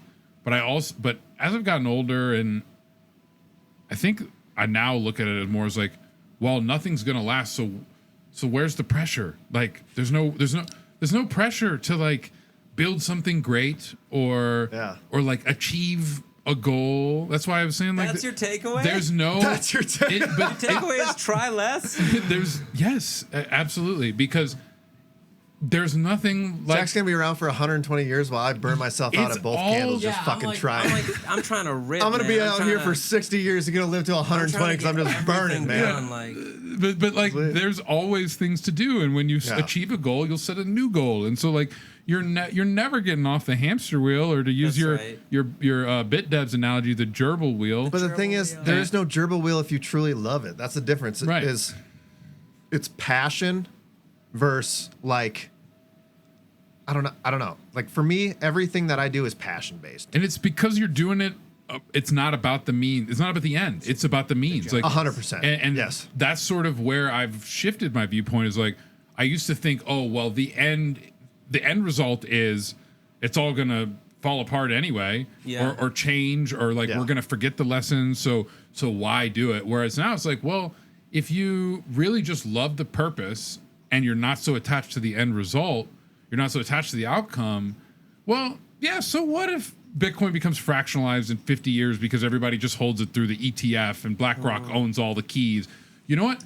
So what? Because, like, first off, there's nothing I'm going to do to stop that single-handedly. And it's also like, people will learn the lessons. Well, they will fight the fight, and they'll do it all again. You don't know if your nonce is going to spit out the correct hash. I'm not mining. So, well, I got 2 terahash. You don't know if the effort the Denver BitDev. I'm mining the Denver BitDevs. Why aren't you? Put in is gonna spit out the output that makes the difference. You don't know. That's what it's like a head fake when you have. I don't know. I only started noticing it having a kid is like. Having a kid is like you experience kids growing up. You were a kid, right? You're like I've done this, but then you like experience like nieces or nephews or like. Other kids you see around you, your friends have kids, but until you have a kid and you're like watching this human come online and like watching a kid learn to walk and you think like, oh yeah, like I walk, that's a thing that I do. Like I get up and like maybe I trip periodically, but like I'm coordinated, I can put things on shelves, like I can brush my teeth, like I can reach everywhere I need in the shower, like I'm clean as a whistle when I get out. But you watch like a kid trying to figure out how to walk, and it looks insane. Yeah, it's amazing. It looks insane. Like if you were to see an adult walking like that, that's why I say kids walk like I do drunk downtown people. Denver. Yeah, it's like kids walk like drunk people. It's drunk just or like, fentanyl. What are you doing? Because they're having to wire the friggin' neurons to be like, oh, this is for the where very fuck first goes. time. Like, right. Maybe I should. We take all that for granted. Walk off the step. Like they're having to put all this stuff together, but that's like that's something that necessitates that you put in the effort to like help facilitate that, right? Like, well, I don't know. I send my kid to daycare; they'll figure out how to walk there. Yeah, I guess they will. Like, I don't know. Like, I'll die. They'll go into childcare, and somebody will take care of them. Like, I guess that they kind will. of reads the same way. It's like, That's such a like dark ashes to fucking thing to ashes. say. Like, forget about it. Like, where does it go? Like, it's participating in the process. Like, that's the engaging thing. Is what Rick is saying. Is like the process is the fun thing. Right. To like extend the kid thing. It's like, oh well, like some people say I don't have kids because of the finance. Or I don't have kids because like it's just so much work. It's like, yeah, it's a lot of work, but like. Your job is so it's work. waking up in the morning sometimes. Your job is right? work, but like your job doesn't love you back in the same way. Right. So like, why are you gonna Doesn't do have all this that where, like, that youthful, You're just a blissful fucking laugh. number at your job yeah, like normally. your kid doesn't like pay your mortgage. That's true. Right. But like my job isn't gonna like wake up at Neither like does a 6:30 job in the these morning days. and like give me a hug. Like there's Right. there's something very different about it. I'll give you a hug rub. Thank you. No problem. And yeah, and like that's, there's, I think what we can all agree on is that if you're focused on the outcome of something, if you're focused on, I'm only changing this A to a B to affect the hash, and you're not just loving the act of hashing. You have to love the SHA-256. You have to love the hash. Yeah. The SHA-256 has to flow through you. You have to live the hash. It's I true love though. how But you extensive this like is. if you, I know, me too. because you I'm don't so if you into don't this. care or put all of the benefit on achieving the outcome, and you find joy in just doing the process, whether it's figuring out how to cool down 10,000 ASICs in a warehouse, or whether it's figuring out how to cool a garage that's got 20 3D printers. Like there, if you enjoy the work, it doesn't matter what the outcome is, and like it's so be it if Bitcoin changes over time because people get more complacent, because like we did what we could and we enjoyed the act of like leaving our imprint on the world in like the way that we could, right? And yes, the imprint won't last because nothing lasts. Nothing Truly. lasts The forever. hash doesn't last. The hat, No. right You after have you to just solve keep it, hashing. oof, you could have been solving a hat deep. immediately. This doesn't analogy last. is far more extensive than I thought it Jesus. would be. The hash doesn't last. It never does. What's gonna happen Would when? you sneak in the beer? What's gonna happen when the block reward is 0? Oh, everyone is whining so much about it. I mean, it looks like with the 100 sats per byte clearing rate, it looks like security budget Who just knows? fine, dude. I'll be dead by then, Inconceivable. so it Right. don't matter. Have you ever read True. the old Bitcoin Talk Maybe not. forums? Old Bitcoin Talk forums about the a little. origins of pooled mining. Can you tell us about it? Yeah, share, please. Is it Miroslav? I forget his last name. Is it Czech dude? I believe he was Czech. Thank you, Rick. You're welcome. His handle. that the guy that died? Slush. His handle's Slush. Oh, no, something. No, that was somebody else. But Slush, still living, heads up Satoshi Labs. Okay. Which owns That's Trezor. Yeah. Yeah. So still living, but you can read his old 2010. It's November of 2010 when he drops the post for launching Slush Pool, and it was because 2010. GPUs had come out, Ah. and at the time he listed in this post that he had been running 3 CPUs, and he hadn't found a block in a couple of weeks, and he wanted a way for the poor CPU miners to Wow. be able to work together effectively as one machine, Right. so that they could get some rewards. And so he details the general, what is still effectively the schema that is used in a lot of ways. Obviously, Stratum. FPPS, PPLNS, all this other stuff is an extension of that. It's one layer beyond. But he's detailing how do you submit shares to a pool? How is it assayed? How do you make sure people get paid out correctly? How do you stop people from cheating? And he launches this thing because CPU miners were getting wrecked by GPU miners, which were just eating their shorts in terms of ripping through all these blocks. And what he really did, I'm sure he didn't, maybe he did, maybe he had this much foresight, but he literally set the foundation for the entire mining industry, and every single business that is built in the mining industry today has been an extension of a form of pool mining that has decreased the risk to the individual miner, which has allowed you to predict your future revenues and balance your cash flows. Because if you could know what your expected cash flows in, you could work on the back ends of the business or other various ways of capitalizing. So removing the business. variability from the revenues. Yeah. He pulled all this variability and basically set the foundation for like every business that people are playing in today. Right. And of course there's FPPS, like does it pay out if you hit a block? Is there PPLNS, which is like, do you just pay out based on your shares? It's different liquidity. That's what Lincoin is, the PPL. Lincoin is PPLNS, different liquidity requirements on the back end, ways that they manage it. And that's like, But does it's all it take shit in 2010. And it's just been built on and built on and built You on. can never conceptualize the stuff That far. that's happening 13 years later compared to... Which is crazy because, so if you think like 100 years from now, I mean, nobody's going to understand anything because you don't... 13 years. Right. We're like in the very beginning. So much in that tiny time frame that if you start thinking 100 years from now, and the basically Bitcoin space moves so fast, there's no way anybody has any idea of what the hell is going to happen in 100 years for this space. You think about like, and almost all the Bitcoin are already issued. Yeah, like 90-something. 93%. We just broke 93%. 93%? 93%. I remember it was is 89% like a year or two ago, and we hit 90. And now we're at 93. I just saw we're talking about a tweet for the next forever. Exponential decay. It's the pool. The pool unfills your water example. Yeah, exactly. Unfills super quickly, and then you can't get rid of the puddles in the field. It's gone. It's just damp forever. That's right. Like New Orleans, you know. Yes. Like New Orleans. 100% New Orleans. It's still drying out from Katrina. It's crazy though to think about. There's no way this space moves so fast. There's and no that's way why in hell. people don't understand how, like, when you say Bitcoin's going to $1 million or like $100 million a coin, like dollar parity, people are like, nah, okay, nice, dude, but like, you're gonna drown in the pool, 5 seconds. You're gonna drown in the pool, man. Like, 5 seconds. You have to understand. Please make a clip of that. You're gonna drown. You need to understand that, like, you can't see it coming until it's too late. Like, by the time it's obvious to you, you're swimming.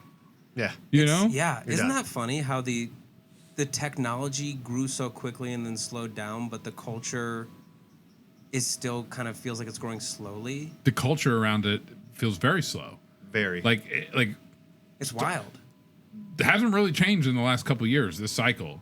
But we've issued 4% of the supply, 5% of the supply. Which is crazy. And there's only 6% left total forever. Like, the protocol, the hash rate has quadrupled to quintupled. Yeah.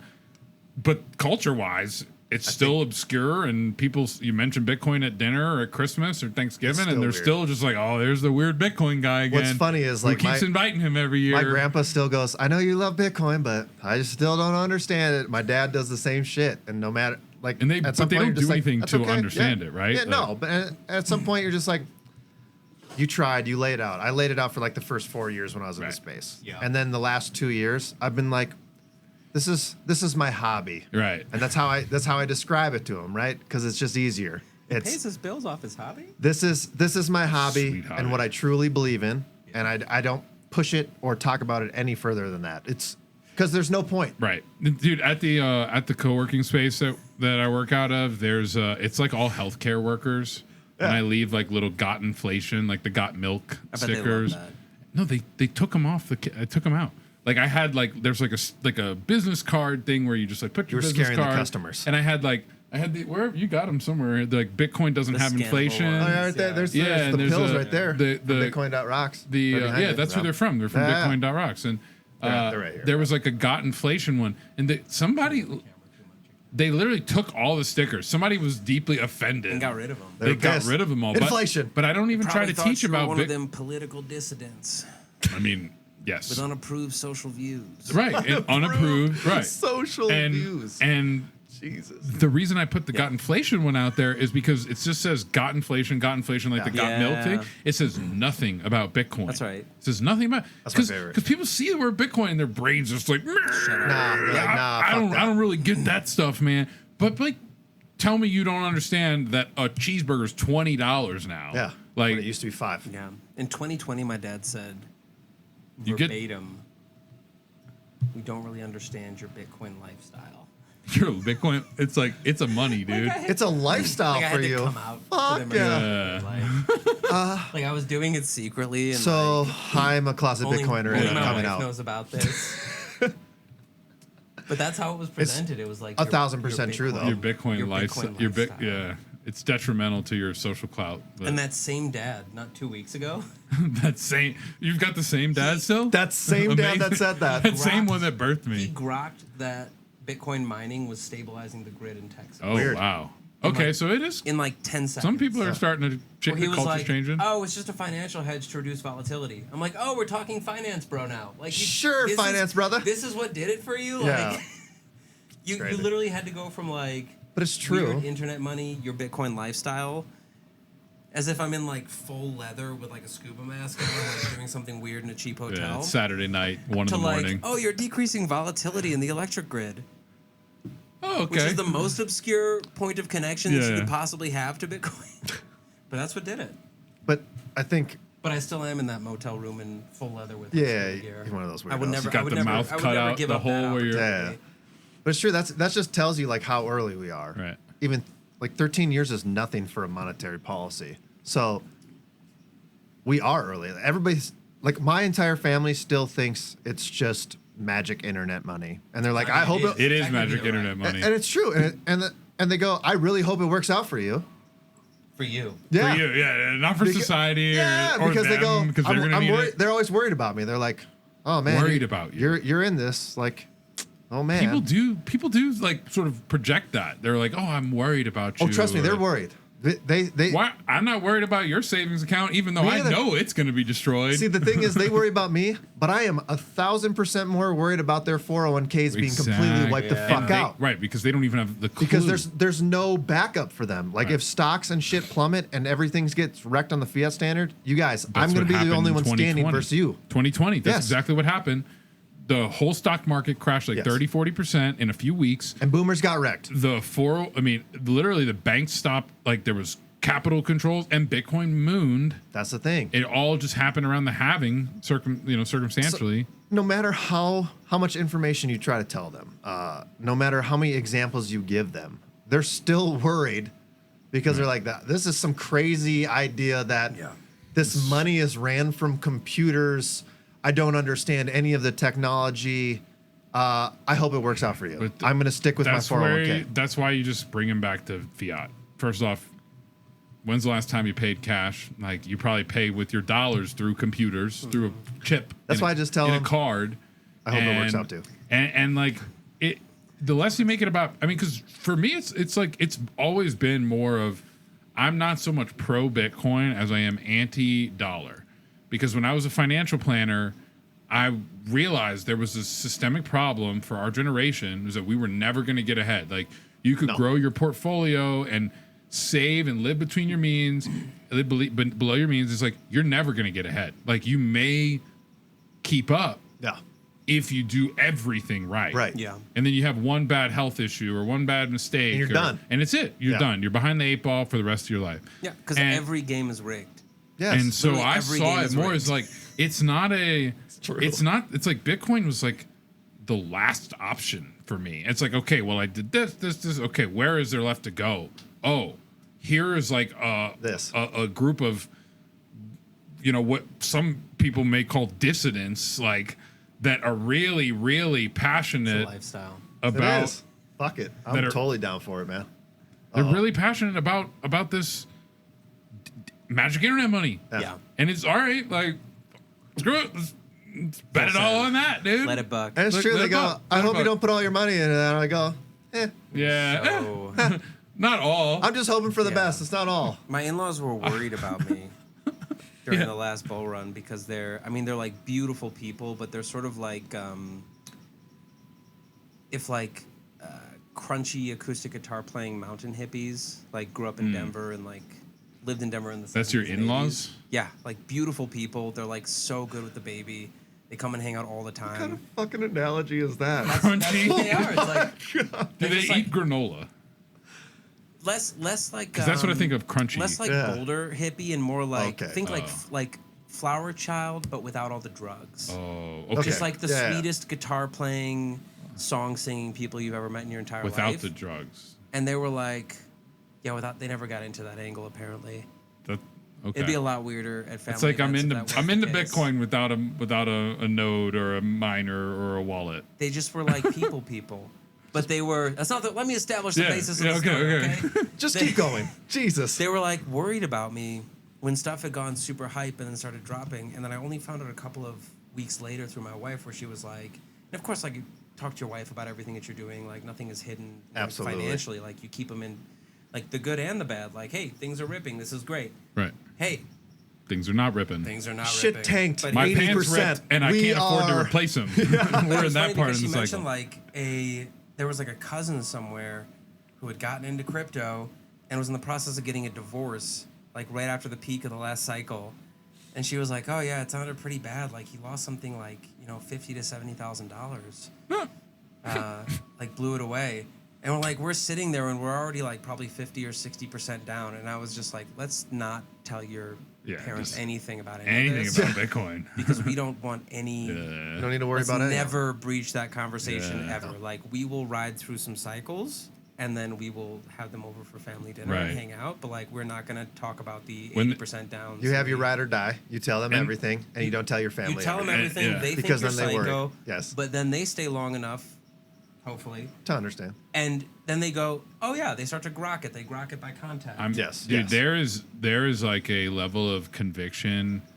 Because, like, in the last cycle, I wasn't, like, as allocated. Like, I had Bitcoin, but, like, this whole cycle, I've just been, like, there is nothing that will build more personal conviction and resilience than HODLing call it, like, a huge chunk of your mortgages. Like, when you watch mortgages disappear, that's the thing. Yeah, and you're just like, I'm like, still convicted. Okay, like it's like, dude, you become unfuckwithable. It's true. Like, if watch someone like, I've talked to clients who have like multiple, like more than 100 Bitcoin. Yeah, which is just an insane amount of money, because if you have more than 100 Bitcoin, that's like probably not all your wealth. Like, if you're that rich, you're probably not all in at that point. If you bought it, it's not. Right. No. So you're talking about someone who's lost millions mark to market. Yeah. They don't care. And they're fine. They're buying more. They're buying more. That's like, there's a level of just like, oh, you like somebody cut you off in traffic. What? I was enjoying the music anyway. Yeah, like there's a level of like stoicism that it brings out, because you have to, because you will lose your fucking mind. Oh yeah. If not, like, that guy wasn't watching mortgages disappear. He was watching Italian villas disappear. Like, it's crazy. Like, that's where you go through your cycles, right? If you're in Bitcoin for longer than one main cycle of like 4 years or like 3 years. Once you hit your second one and you've been through it, that's it. It doesn't even fucking matter. Nothing phases you. The second one was hard. For me, it wasn't. The first one was hard. The first dip where you buy it like whatever, it goes up to like 20, it drops all the way back down to 3. Ooh, yeah. That one's tough. After that, I haven't fucking cared at all. I will say the last year or so, since the FTX bottom, I haven't. I barely even look at the price. And there was a guy who was talking. We were having a conversation, and this guy opened up with price, and he had a substantial like stake in Bitcoin, and was like, "So what do you think the price is going to do?" And I was like, "You must not. This must be you must have just bought these for the first time. You must be very excited because about like this. There's not a single person I've talked to who's been in Bitcoin 4 or 5, like multiple cycles, 4 or 5 years, who talks about the price anymore. We don't care. Because it's like you go insane. We don't care. You will go insane. You'll watch it. Like if you identify with something that's 24/7 on, constantly fluctuating to the degree that Bitcoin. Yeah, fraction. Your life is just you're like 20. You're always on a roller coaster. And then you do dumb stuff with your money. Yeah, that's the best part. Is you don't after you get through the initial cycle. Rob might take 2. The first. You're numb. But after the first one, I was like, okay, I've went through the ringer. Right. Like you buy at 20, it drops to 3.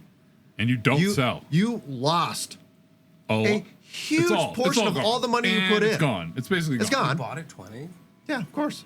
what's impressive about that? I bought it in the 60s, dude. It wasn't. I bought there too. Yeah, that's the thing. Is like I made that's a why big buy like 65. I'm more impressed that you could catch it around 20 because that was like It was one day. It was one You day. literally top ticked I had it. Yeah.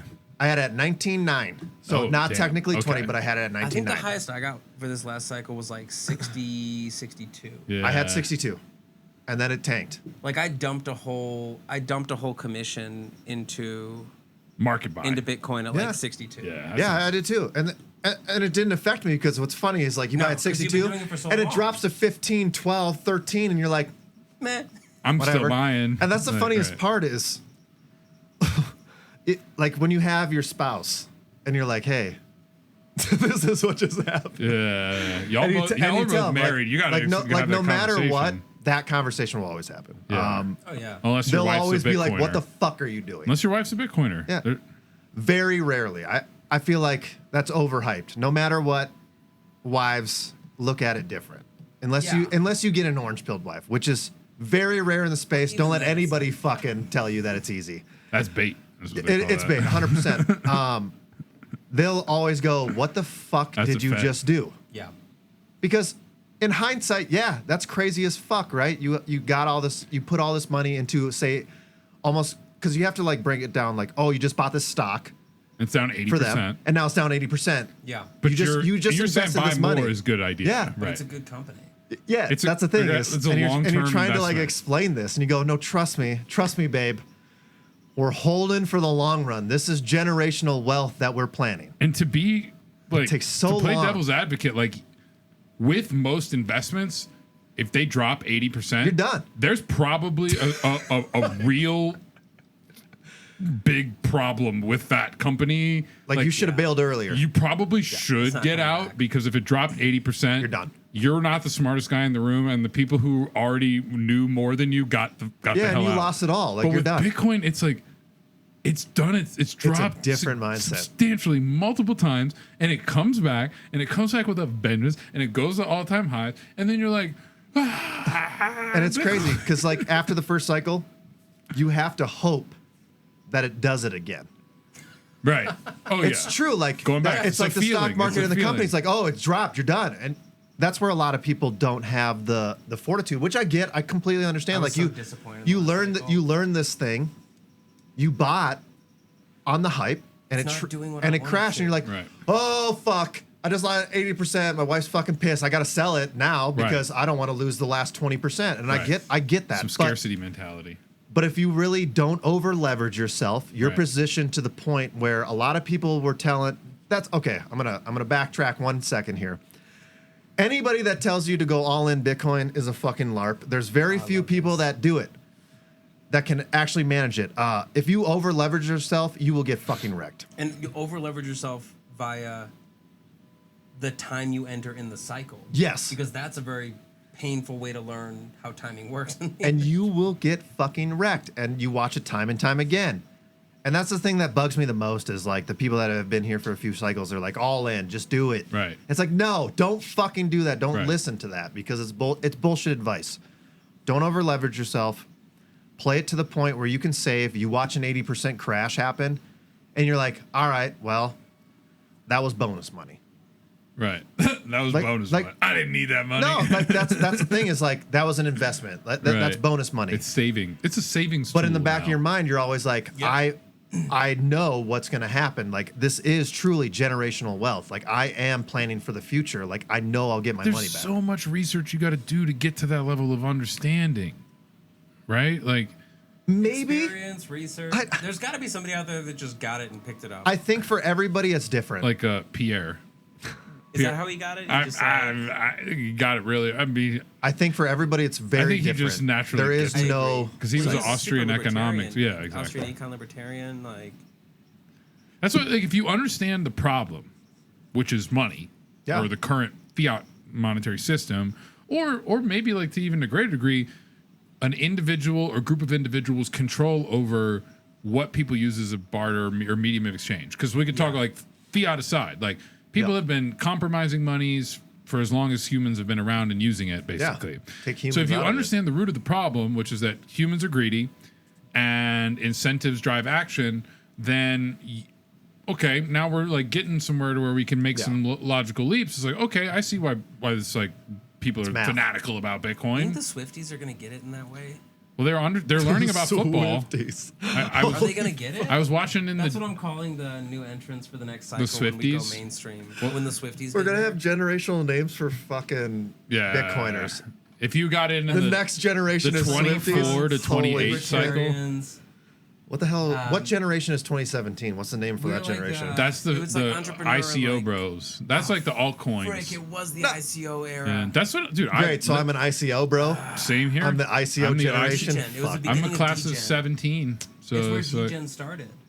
I know. That's very disappointing. You guys like DeFi? You ever heard of that? I remember when BCH remember when that was a thing? Coinbase. Do you remember that? What BCH? Oh, Cash. Wait, you saw BSVs getting delisted from Coinbase finally? Thank God. It should have been gone years ago. Yeah, they're selling it. Like, even if you have it in your account, they're just selling it. Good. Could you imagine that? We went through a chain split. Yeah. That was before my time. Did the drive? Like 2 years. 2 years. That was before my time by 2 years. That was in 16. Dude, we thought it was going to kill the network. The block size war? Yeah. We didn't know how powerful, like, Jihan and Roger were. Like, we had no idea. Right. See, that's before my time. And reading on it, it's crazy as shit. It was to, so like, you're just look like, at. You're like, are these big exist? finance motherfuckers like just going to change everything? And then thank you to Eric Voorhees, because at the time, Shapeshift, you could just, like, KYC free. Sweep everything to a new wallet. Yeah. And then the only time I ever put a wallet into an internet connected device was sweeping BCH from a wallet after the split. Because that was like the thing, is like people were making all these forks of Bitcoin. You're just getting airdrops. Yeah, that's pretty much what it was. It was airdrops before airdrops. Bitcoin Diamond, and sweep your like Bitcoin Gold. And they would take a little slice. Oh my God, I remember that trash. Definitely sold it. There's so many trash Bitcoin. I mean, literally pretty much everything. Every cryptocurrency out there. There is only one. Wants to be the king. If you want to gamble, they're all trying. ICO era. Yeah. Oh my God. Oh, it's so bad. Now that I'm thinking. Are we old? No, but it was. That was like when John McAfee was tweeting. Yeah. Oh my God. Oh man. Yeah, the crypto kitties, man. They were. God, we're getting old already. 6 years is old in the Bitcoin. Yeah, space, you were like, when I got in the space, it's like 6 years ago. It was like that's like more than half the duration of Bitcoin's existence. Crazy. By the way, you were like that's early adopter. I mean, we're all early adopters if we're talking about it now, but we still are an early adopter. I think I would say before 2020. I think that's. Are we mainstream now? Have we hit a certain predicted No. percent? I think we're going to be there in a few years. When the podcast finally gets monetized, this podcast, in 2045. We're going back, watching the back catalog. See, we're going back to goals. He has a very high goal. 2045, you guys. Yeah. So. That's right. That's right. But no, I think like when BlackRock and like when there was an ETF and all that, you just you see the ticker on CNBC now all the time. They keep basically it's just part of the scroll now. They when it was first they just put it on occasionally when the price was really up or really down, but now it's like a fixed thing on CNBC. And I've been surprised like even some of the CNBC anchors like they've started to learn about it. They've grokked into it. What's the chick's name? Like some of the M I think is her name.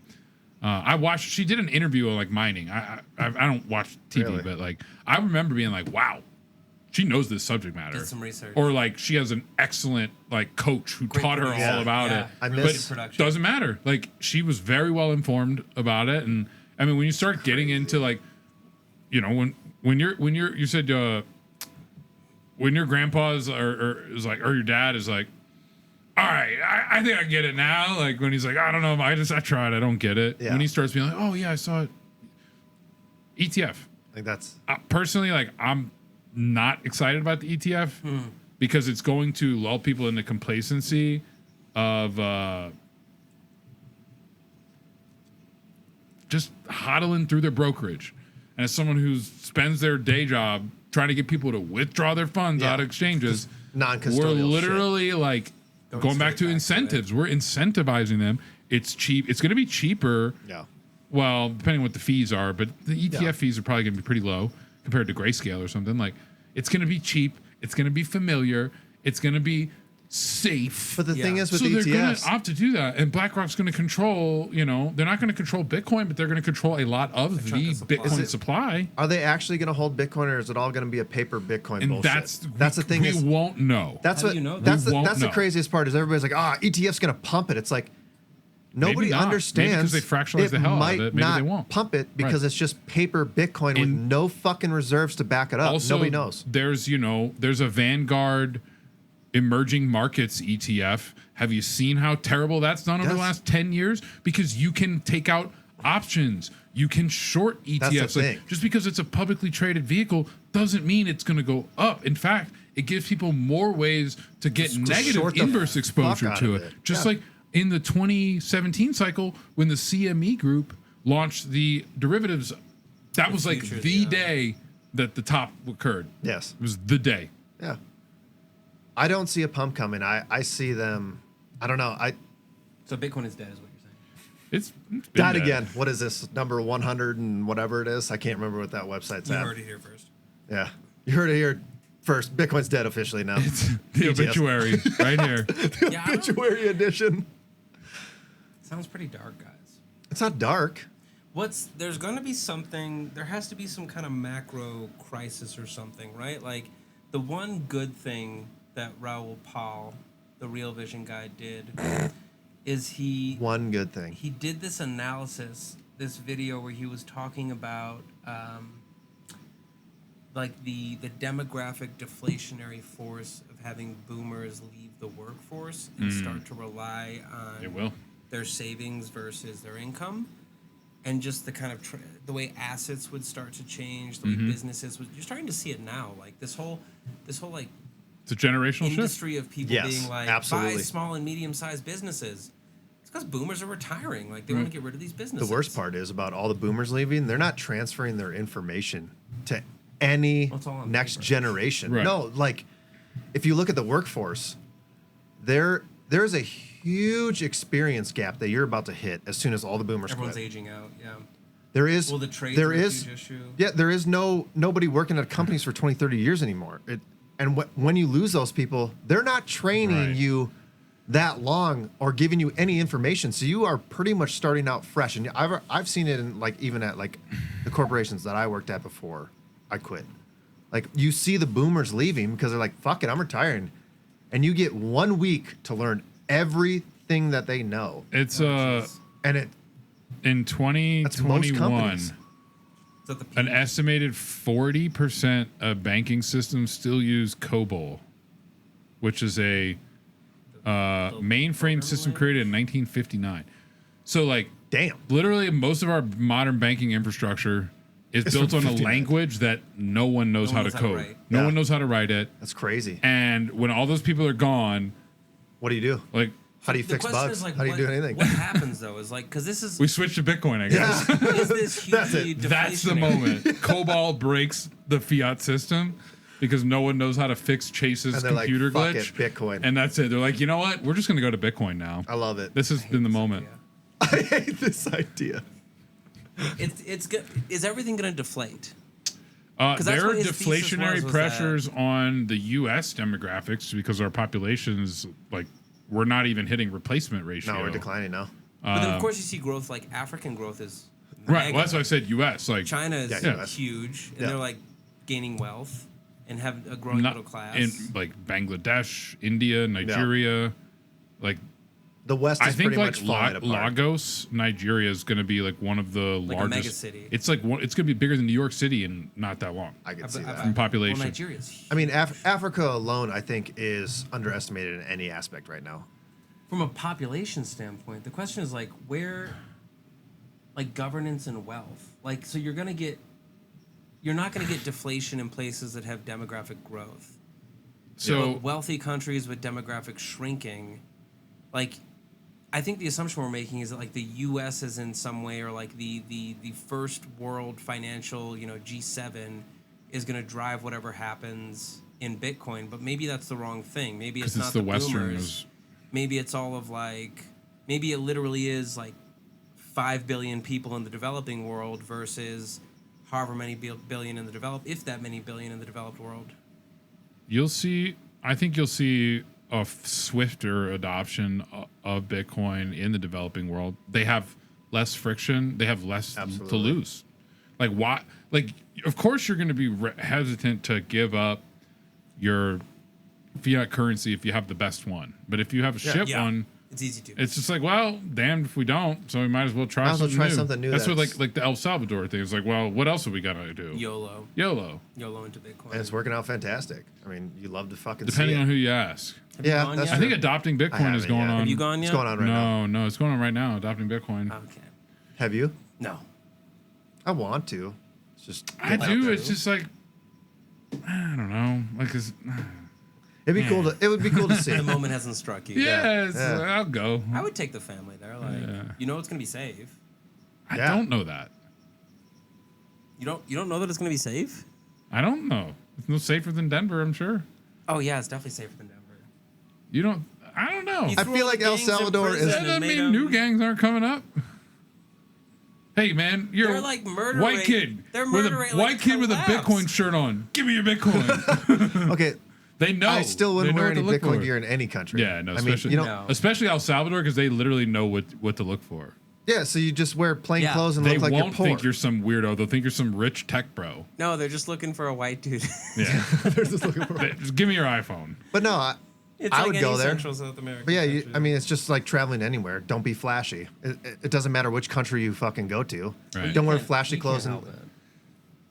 With that CryptoCloaks shirt on, that's some swag. Yeah, I can't wear this. This is too. You're like 7'6" or something. See, that's my problem. It's not even being flashy. I'm just too goddamn tall. A giant. I know, dude. Getting you in this frame was quite. Are you struggle. changing it all the time? Am I like sitting up and stuff? I'm so sorry. The battery's about to die though, so we got. How many hours are we on? We're at 2 hours 10 minutes. So God, we are crushing. Yeah, but this battery's 5% left, and we're gonna lose all the footage. So. Oh shit! So we don't want that to happen. You should definitely stop that then. What's a good note to tie? All right. Well, we'll say always be hashing. What's ABH?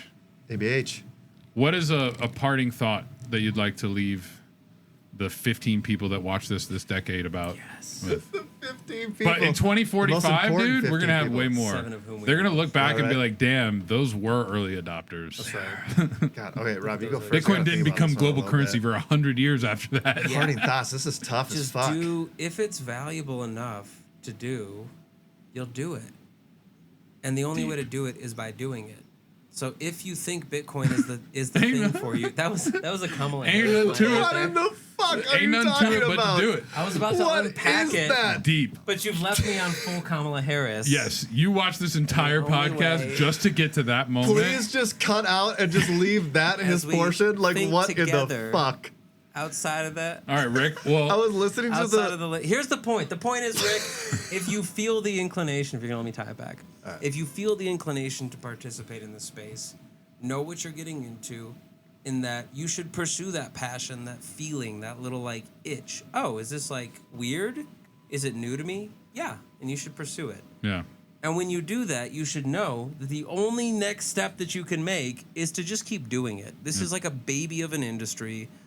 You will bump into the walls and meet 80% of it in 20 minutes of being here. Even quicker if you post cute photos in your underwear. Rick knows that. He's been doing a whole side series. What? Just bullshit, by the way. We're going to need you to tell us about Jessica this. Vaughn that you've been working on. The what? It's the male and female, the duality of man, the Carl Jung-inspired photo series you're doing with Jessica Vaughn. I have absolutely no idea what he's talking about. Are we announcing this right now? Are we announcing this? Is something happening that I don't know I'm a part of? Let's do it. I don't know if there's pictures of you floating in your underwear. Anyway, my point is made.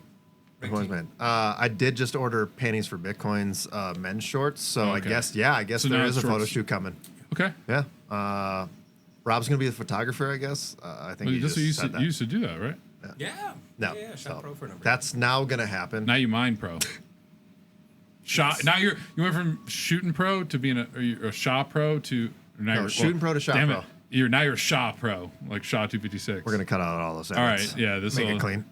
Big collapse. No, we're not cutting it. We're tagging Jessica. That's the best. We're doing it live. Might as well. You're being invited. Perfect. So, Rick, how long will it take for one of your 3D printers to explode if we run it on max speed and max bed temperature? They won't, man.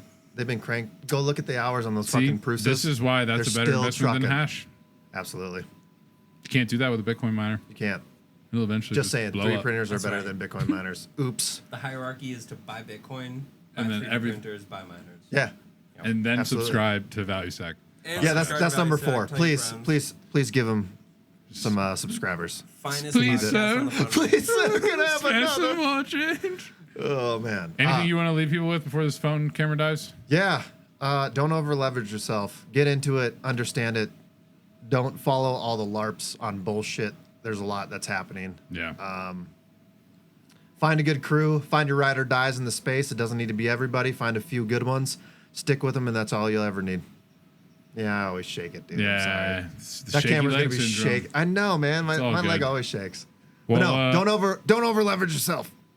Done. My parting wisdom would be enjoy the ride because in the end we're all dead. So Jesus, I hope you end on that. Scene. Enjoy the ride. We're all gonna die. we are. So all the more reason true. to literally enjoy every moment that you have because I can tell you with certainty that that's the outcome. Yeah. So if you're living for the outcome, that's the one you're going to get. So literally enjoy the monetization process of Bitcoin. Enjoy the arguments that you get in about people with Bitcoin. Enjoy it.